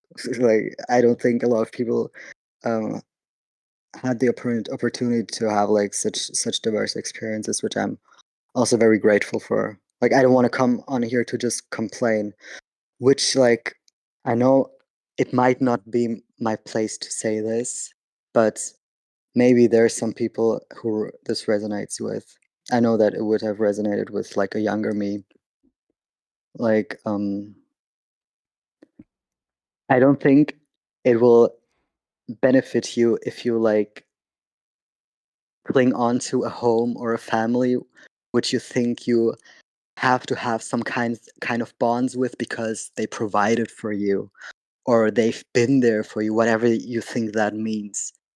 I've had a friend who I've had these discussions with, and he just like stands firm in that. Like he's in art school and everything. He's like in a very renomated art school here, and he still like thinks like this, which I think is crazy, but it's like also okay. Um, you don't have like you don't owe anyone anything like except yourself, and you can't also really be there for your family in a way you want to be if you're not there for yourself first. So if you're not authentic, you you cannot really like appreciate your family for what it is either. I know that I'm really appreciative of the fact that I didn't have a life where I felt really threatened in an existential way, where I like had to like fear that like anybody was actually going to come kill me for stepping out of the religion. Although I did have that fear because I mean I grew up Muslim. I grew up with the Quran and the Hadiths and everything, and I've had like I've had personally have had dreams of my father like coming for me or something. But I don't know if that's has like how much that has to do with like religion. But it's not as if I can't feel for the people who like say that they can't just like go away because like their life will be threatened or something. But you know the saying where there's like a wish, there's a way, or something like that. Like in German there's a saying, wo ein Wille ist auch ein Weg. And I really really believe that there's some truth to that. So And I just want to when there's a will for what, there's a way. like there's when you really want something, when you like want to, in this case, like when you are like sick of Islam and it's all bullshit, which I hope a lot of people are, because I personally don't want to live my life like rethinking this whole like this all this bullshit. That's my perspective, and I'm sure that a lot of people who also think like this, but maybe don't have the courage to admit it to themselves at this point of time. So if you have like a want or like a wish, you definitely will find a way to make that come true. And like, don't convince yourself like with like excuses about how you're like you can't do it because your mom or your brothers or whoever. Like, it doesn't matter. You can still have love for them if you have love for them from from a distance. But like, how are you going to have true love for them if you can't even like step into your own light and like see yourself fully first, because you're still surrounded by people who aren't willing to step up and be honest with them about everything. They can't see their like how indoctrinated they are in such a fundamental way. That's what I mean. Yeah, it's. I think that there's an inspiring message in at the center of that, which is you're not always as stuck as you think you are, or despite the difficulties, you can find a way to be yourself. But I think that it's not always just an excuse. It's a very real barrier that people deal with, and I'm glad that you're able to overcome those barriers and find a way to not be surrounded by people who are I don't mean unhealthy. to like push this on every like. I'm just saying this for the people who this will resonate with, and I'm sure there's Mhm. at least one person who will take this to their heart. Yeah. Thank you for sharing that and sharing your story with us. I'm sure Thank your you so story much. does resonate with people. I'm already seeing that in the comments. That's amazing. Cool. Mhm. Yeah. Is there anything that you wanted to ask me or anything that you wanted to add before we wrap up? No, I don't think so.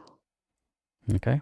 Again, I appreciate you calling, and I hope it's only upwards from here for you. And yeah, I hope you have a great rest of your day.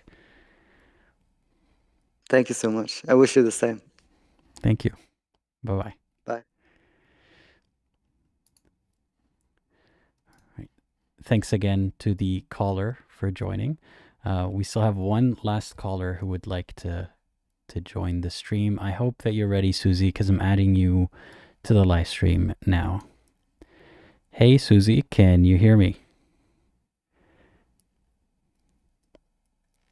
I hope it works this time. Are you there?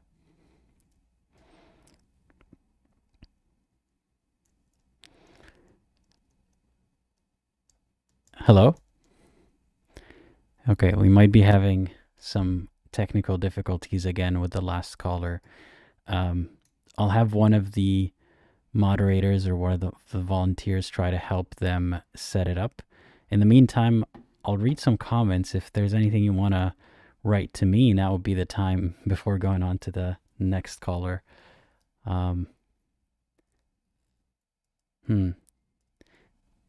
Let's try again. Hey, Suzy, can you hear me? You can hear me. Yes, now I can hear you. Right, that's good. Hi. Hi. Yeah, welcome to the show. Tell me a little bit about yourself and why you're calling today. Yeah, so thanks a lot for having me. I don't know what happened before, but yes, finally it worked. I'm an ex-Muslim from the Middle East, and yeah, I just wanted to join and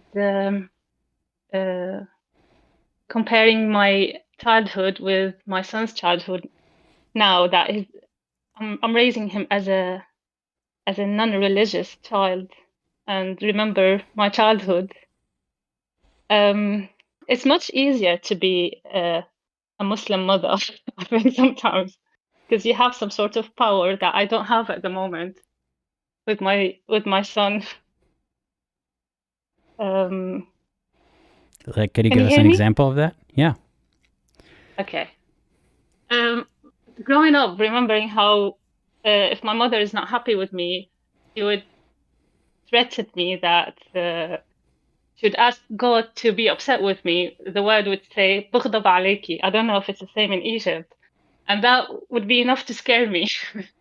Like, I don't have this now, raising my child, and I'm not complaining. It's just I find it funny how such a word used to scare us as children. It's enough to threaten with with that, and there's always threatening with halal and haram, the hellfire, and also there's always who's gonna get me this, and I will ask God to be pleased with them. So I will burda alaykum or burda alayki. So that's another one. It's not always threatening, but also there's a reward for doing things. So yeah. So you find yourself sometimes wishing that you had those tools that your mother had? Really, because they're not healthy tools, but I found it a bit funny how growing up we used to buy these things, believe them. But if I was to use it now, I don't know if it's going to have the same effect. If I was Muslim, would it have the same effect on our children in this generation? I don't know, but I'd like to think that even if I was Muslim, I wouldn't use them because it's just blackmailing, isn't it? Mm-hmm. It's emotionally not very healthy. So I'm glad you're not using them. Also, listening to previous callers, it's just religion in general. I reckon all religions, not only Islam, it just empowers very toxic parents to carry on with their emotional blackmailing. Because if let's say, I mean, I lost my mother when I was young, so I don't have an experience with my mother as a non-Muslim, and none of my family back home know that I left Islam, so I can't relate. I can't say how they would treat me. I don't dare to tell them. As simple as that. But seeing my husband interacting with his family, when he was Muslim, he was much weaker and he was more tolerant to abuse because he was two things. He was taking the easy way by not being confrontational, or because saying no or defending yourself is sometimes for certain people is a harder option, but also telling himself that this is the right way to do it because God will be pleased with him, and using the religious text to help this attitude, as in, you need to be obedient to your parents. You need, in the Quran it says that وَخْفَضْ لَهُمَا جَنَاحَ الذُّلِّ مِنَ الرَّحْمَةِ, so lower the, like, you need to be humble and treat them with mercy. And I don't know how to translate the actual verse properly, But yeah, it's all about giving them the benefit of the doubt. And as Muslims, we can't treat parents as equals. They're superior, whether they're right or wrong, whether they're good or bad, toxic or not toxic. So you can't be yourself, even if you are a good Muslim. You can't be yourself around your parents. I think it's luck. If they're good, you can, but if they're not good, it's just I don't think religion. good is how we can summarize it. I mean, yeah, it's not even that your parents have to be good. They have to have a certain amount of cognitive dissonance and not think of you as going to hell. Yeah, because they can be abusive to let's say my mom is alive and I told her that I left religion. She would probably at the beginning be so angry and probably not respect my decision, thinking that by not respecting my decision, she's protecting me in the hereafter. So sometimes religion forces people to act badly because the intention is the hereafter. Mm-hmm. Yeah, I mean, it's when you believe what they believe, it's hard to fault them. Yeah, they always have the upper hand. Again, there's another hadith. It says, "You and your money to your dad until malika li abik." I'm not sure if it's a weak hadith or not, but people use it. So that gives the parents entitlement to behave around their children in certain ways where in the West, let's say, it's not acceptable, it's considered to be inappropriate, like depending on their children and financially, even if they're not needed, even if the financial help is not needed, let's say, but religiously it's allowed because your children are yours with their money and everything. Yeah, children is seen as a property, basically, of their parents. Yep. Mm-hmm. And they have the text to support them. Well, I'm glad you're not raising your children that way, even if it might be easier sometimes from what you're saying. Yeah. Because I view it as I want my child in the future to choose to come and visit me out of his choice, not out of obligation. And if I ended up put him off from seeing me, it would be my fault rather than his fault. Because when we're older, it's going to become like a friendship. Whether you like this friend, you go and see them. I don't think he owes me anything. There's another hadith as well. It says that a man came to the Prophet and asked him that he told him that he carried his mother on his back and he performed tawaf around the Kaaba. And he asked, did I do my duty towards her now, given that I carried her around the Kaaba? And the Prophet said, not even one push of her labor, or not even talaq, or like, when the women are in labor and they are in pain. So like one push is not even, he didn't even cover one push of her pain or something like that. So we're forever in debt towards them. So whilst I don't feel I have any right, or even in the future when he's older, I don't have any right over him, simply because I wanted to have a child. I did not ask him whether he wanted to come to this life. I wanted to be a mother, and it's purely for selfish reasons. Because in reality, we know this life is tough and it has pain, and it has pleasure, but it has lots of pain. But we made this decision to be parents, and it's to do with us. I mean, we're programmed to reproduce, and it's part of our genes, but it's nothing to do with me being generous towards him. Mm-hmm. I'm glad you recognize that, because even though you left the religion... Sorry, I'm hearing a little bit of echo, so I'm going to mute you for a second.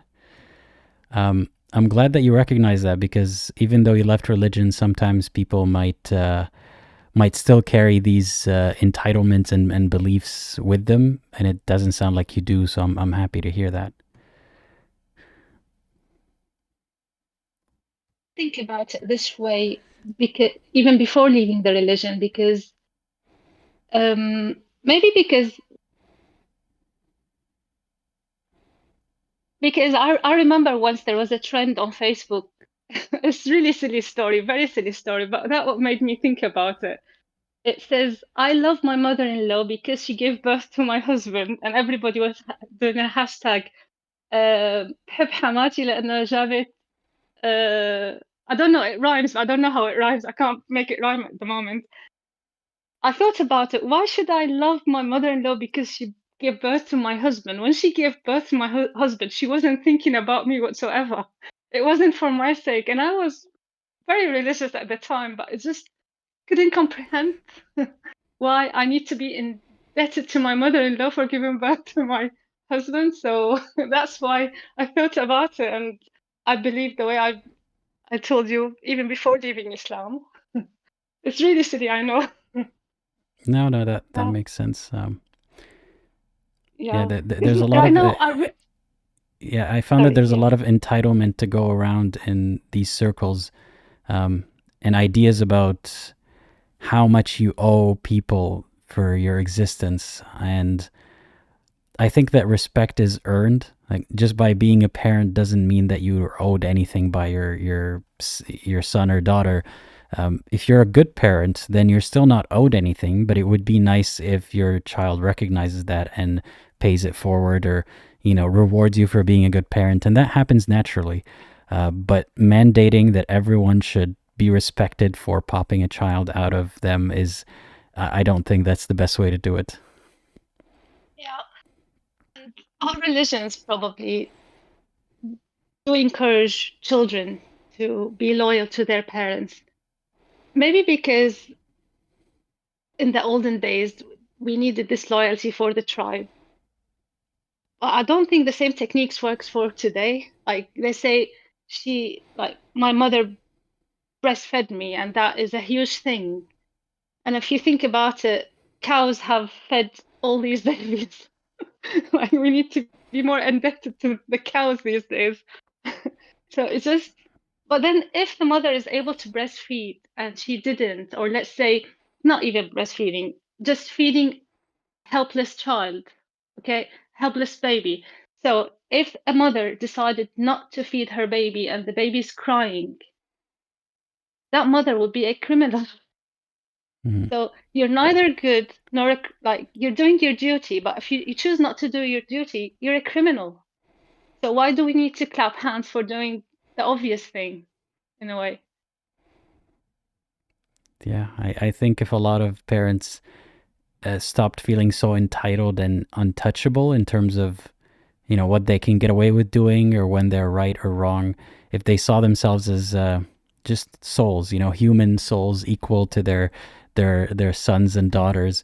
Obviously, they have more experience in life and they should be mindful of that, but it's no excuse for mistreating or expecting your son or daughter to be okay with your mistreatment just by virtue of them being your son or daughter. So I'm glad that you're not stuck in that cycle anymore, nor are your kids. Yeah. Yeah. I can't think of anything else. I don't know if you'd like to ask me any question, but Nothing in particular. I'm glad that you called in today, and you're giving us hope for future generations of ex-Muslims, or just sons and daughters of ex-Muslims. It sounds like it. Hopefully, you're setting up your children for a better life than you had, at least from the perspective of how they're treated as kids. I really hope so. Yeah, I'm glad you called, and again, I hope that you have a great rest of your day and life going forward. Thank you ever so much. Hope the same for you too. Thanks a lot. Of course. Have a great day. You too. Bye-bye. Thanks again to the caller. And we have one last caller today. She's also been on the channel before. I like seeing recurring callers. It's nice to hear from people and see what they've been up to. This last caller has been on the channel a few times, and she also helps run the channel to some extent. So I'm adding Stars to the call. Hey, Stars, how's it going? Hey, can you hear me okay? Yes, I can. Awesome. How are you doing? I'm doing all right. What about yourself? Yeah, I'm okay. I saw the topic last week and I figured I probably would have something to say about it. As someone who is on the other side of like having left and being open and everything like that. I think you know my backstory, as in, but I'll sort of go over it again briefly. I had to basically disown my family, change my name, run away, and all that kind of thing to get away from them and sort of just be able to live life the way I want to and the way I think I needed to. And in the beginning, when I first left, there was a lot of anger, and I think a lot of people would be able to relate to that. There was a lot of anger and there was a lot of resentment, but I'm noticing it's been 2.5 years now, and the anger is finally starting to fade a bit, and I'm more just sad now that I had to leave and pretty much never see anybody in my family again just because of this religion. And you're not angry as much as you were before? There's still anger there, and as much as I would like to let go of it fully, I do believe some of it's warranted. I hope it does fade, but we'll see how it goes, I guess. I think it's just something that's gonna have to come in time, but I've not seen my mum in 2.5 years, and oh god, my cat's walking on my keyboard. Sorry if I drop off randomly. No worries. Are you still there? Yeah, sorry. She unmuted the live stream so I could hear double for a second. Yeah, I'm familiar with these sorts of problems. Yeah. Yeah, I don't know. Like, I've been thinking about it the past couple weeks, and I'm realizing that I'm more sad than I used to be about losing them. Or I guess losing what I wish I could have had, I think. Because I never really had the kind of family that was supportive or anything like that. But I think I'm starting to come to terms with losing the hope of what it could have been.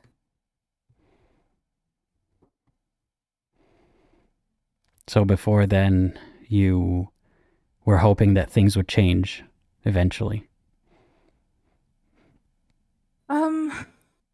Maybe when I was like 12. I let go of that pretty quickly, but I guess there was probably a part of me very deep down that's sort of starting to come out that wished it was different.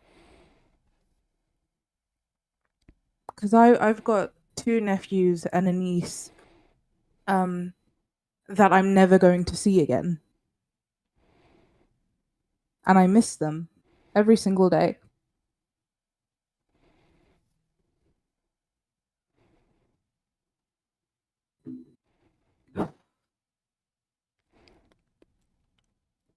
How do you know that you're never going to see them again? Well, I guess it would depend on if I were willing to take the risk of going back, but the odds of them tracking me down are very slim. Like, they don't know my phone number, they don't know my legal name, so I don't really know how they would find me. I hope they do someday, but the odds are pretty slim. I hope that you can reach out to them someday when you feel safe enough to do so. But it's It's a difficult one because the police were involved when I left. And if something were to happen where they needed to get involved again and they knew that I was the one that broke contact, they probably wouldn't be particularly happy. And it would be opening me up to a lot of just potential risk.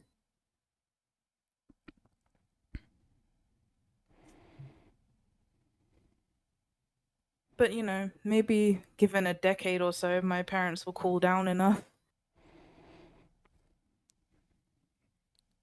What do you find to be the most comforting thought about all of this? That even though it's been 2.5 years where I was homeless for a year of it, it's still been the best 2.5 years of my life. So I know I made the right decision. I have no doubt that I made the right decision in leaving.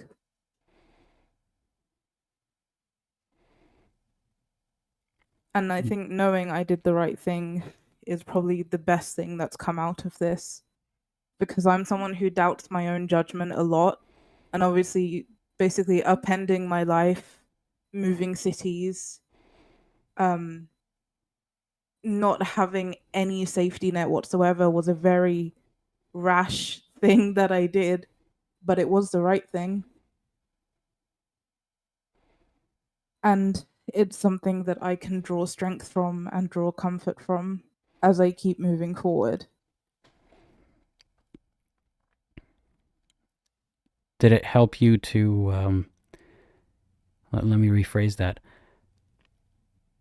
Do you have any methods or any routines or any go-to techniques to comfort yourself?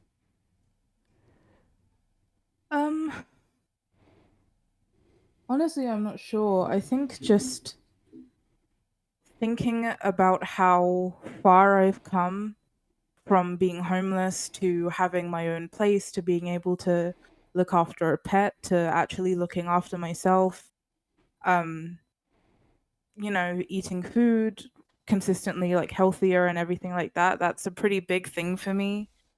And keeping that routine where I'm showering consistently and just brushing my teeth consistently and taking the small wins is something that I've found really important for myself.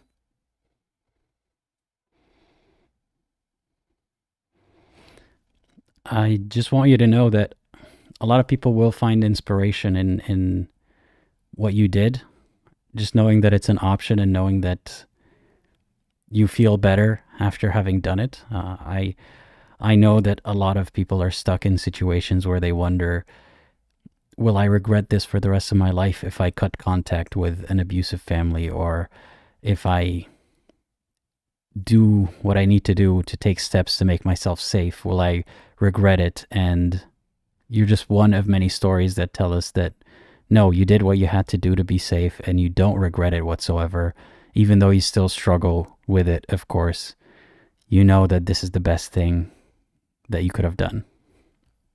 For sure, for sure. And I'm not going to take up too much of your time, so I'm going to start wrapping up now. But like, to anyone who is out there who is still on the other side of this, where they're still living with like really shitty family members, there is hope on the other side when you manage to get out. It's just, the freedom is something that I cannot describe.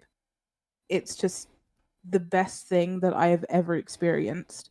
And I really hope all of you manage to get there, as difficult as it is. But chances are you will not regret it. Chances are you'll know what you did was right, you know? Yeah. I appreciate you telling the people who need to hear it that. Oh, yeah, sorry. I know I popped in like really suddenly right at the end when you were probably in the mind space of like already wrapping up, but No, that's okay. I'm glad that you called in. And yeah, I think I needed to talk about it a bit because it's not like I don't really have anyone in real life that gets it the same way this community does. And I'm very happy to, I'm obviously I'm not happy to hear that in particular, but I'm happy that people in situations like that find a place where they can have an outlet, even though if it's not as good as the real deal, it's not as good as having a loving family or being in a society that would care for you or hear you out. I'm glad that there's something at least. Yeah, for sure. Anyway, I will say my goodbyes. Thank you for taking me, Aladdin. Of course. And I'll be around the channel a bit more probably. So I'll see you around. I will see you around. Have a great rest of your day. Yeah, you too. Bye. Bye-bye. Thanks again to Stars for joining the call. That was our last caller for today. I have some thoughts. Let me see if I can share them quickly. I'm in the process of writing a video titled something along the lines of, what am I doing with my life? This is what I'm doing with my life currently, but just trying to phrase what it is that this channel represents, what value I see out of it, whether or not it's a wise decision for me to pour so much energy and time into this channel. And it can be difficult sometimes. It can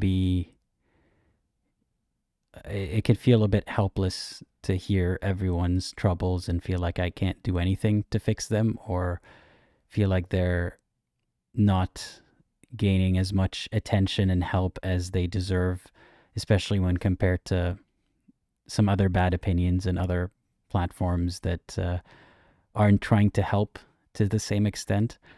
But I feel hope and I feel purpose when I know that it's helping people on a personal level. I just hope that I can be around for long enough to make it sustainable, so that this doesn't become a bittersweet memory of mine, and so that this isn't a finite resource that runs out. So, yeah, I hope that we can keep growing this community together.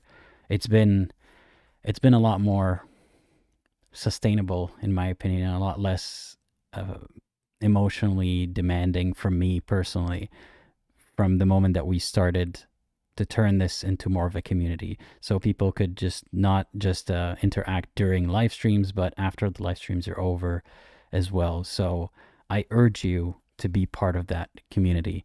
If you would like to show your support, like many of these lovely folks, many of these lovely folks have done, please do become a member or a YouTube member or a patron. And if you would like to be part of the community, link your Discord to your YouTube or Patreon account and you will join our Discord server. So thank you to everyone who's supported this community so far and is participating in it. And as always, think critically and think for yourself.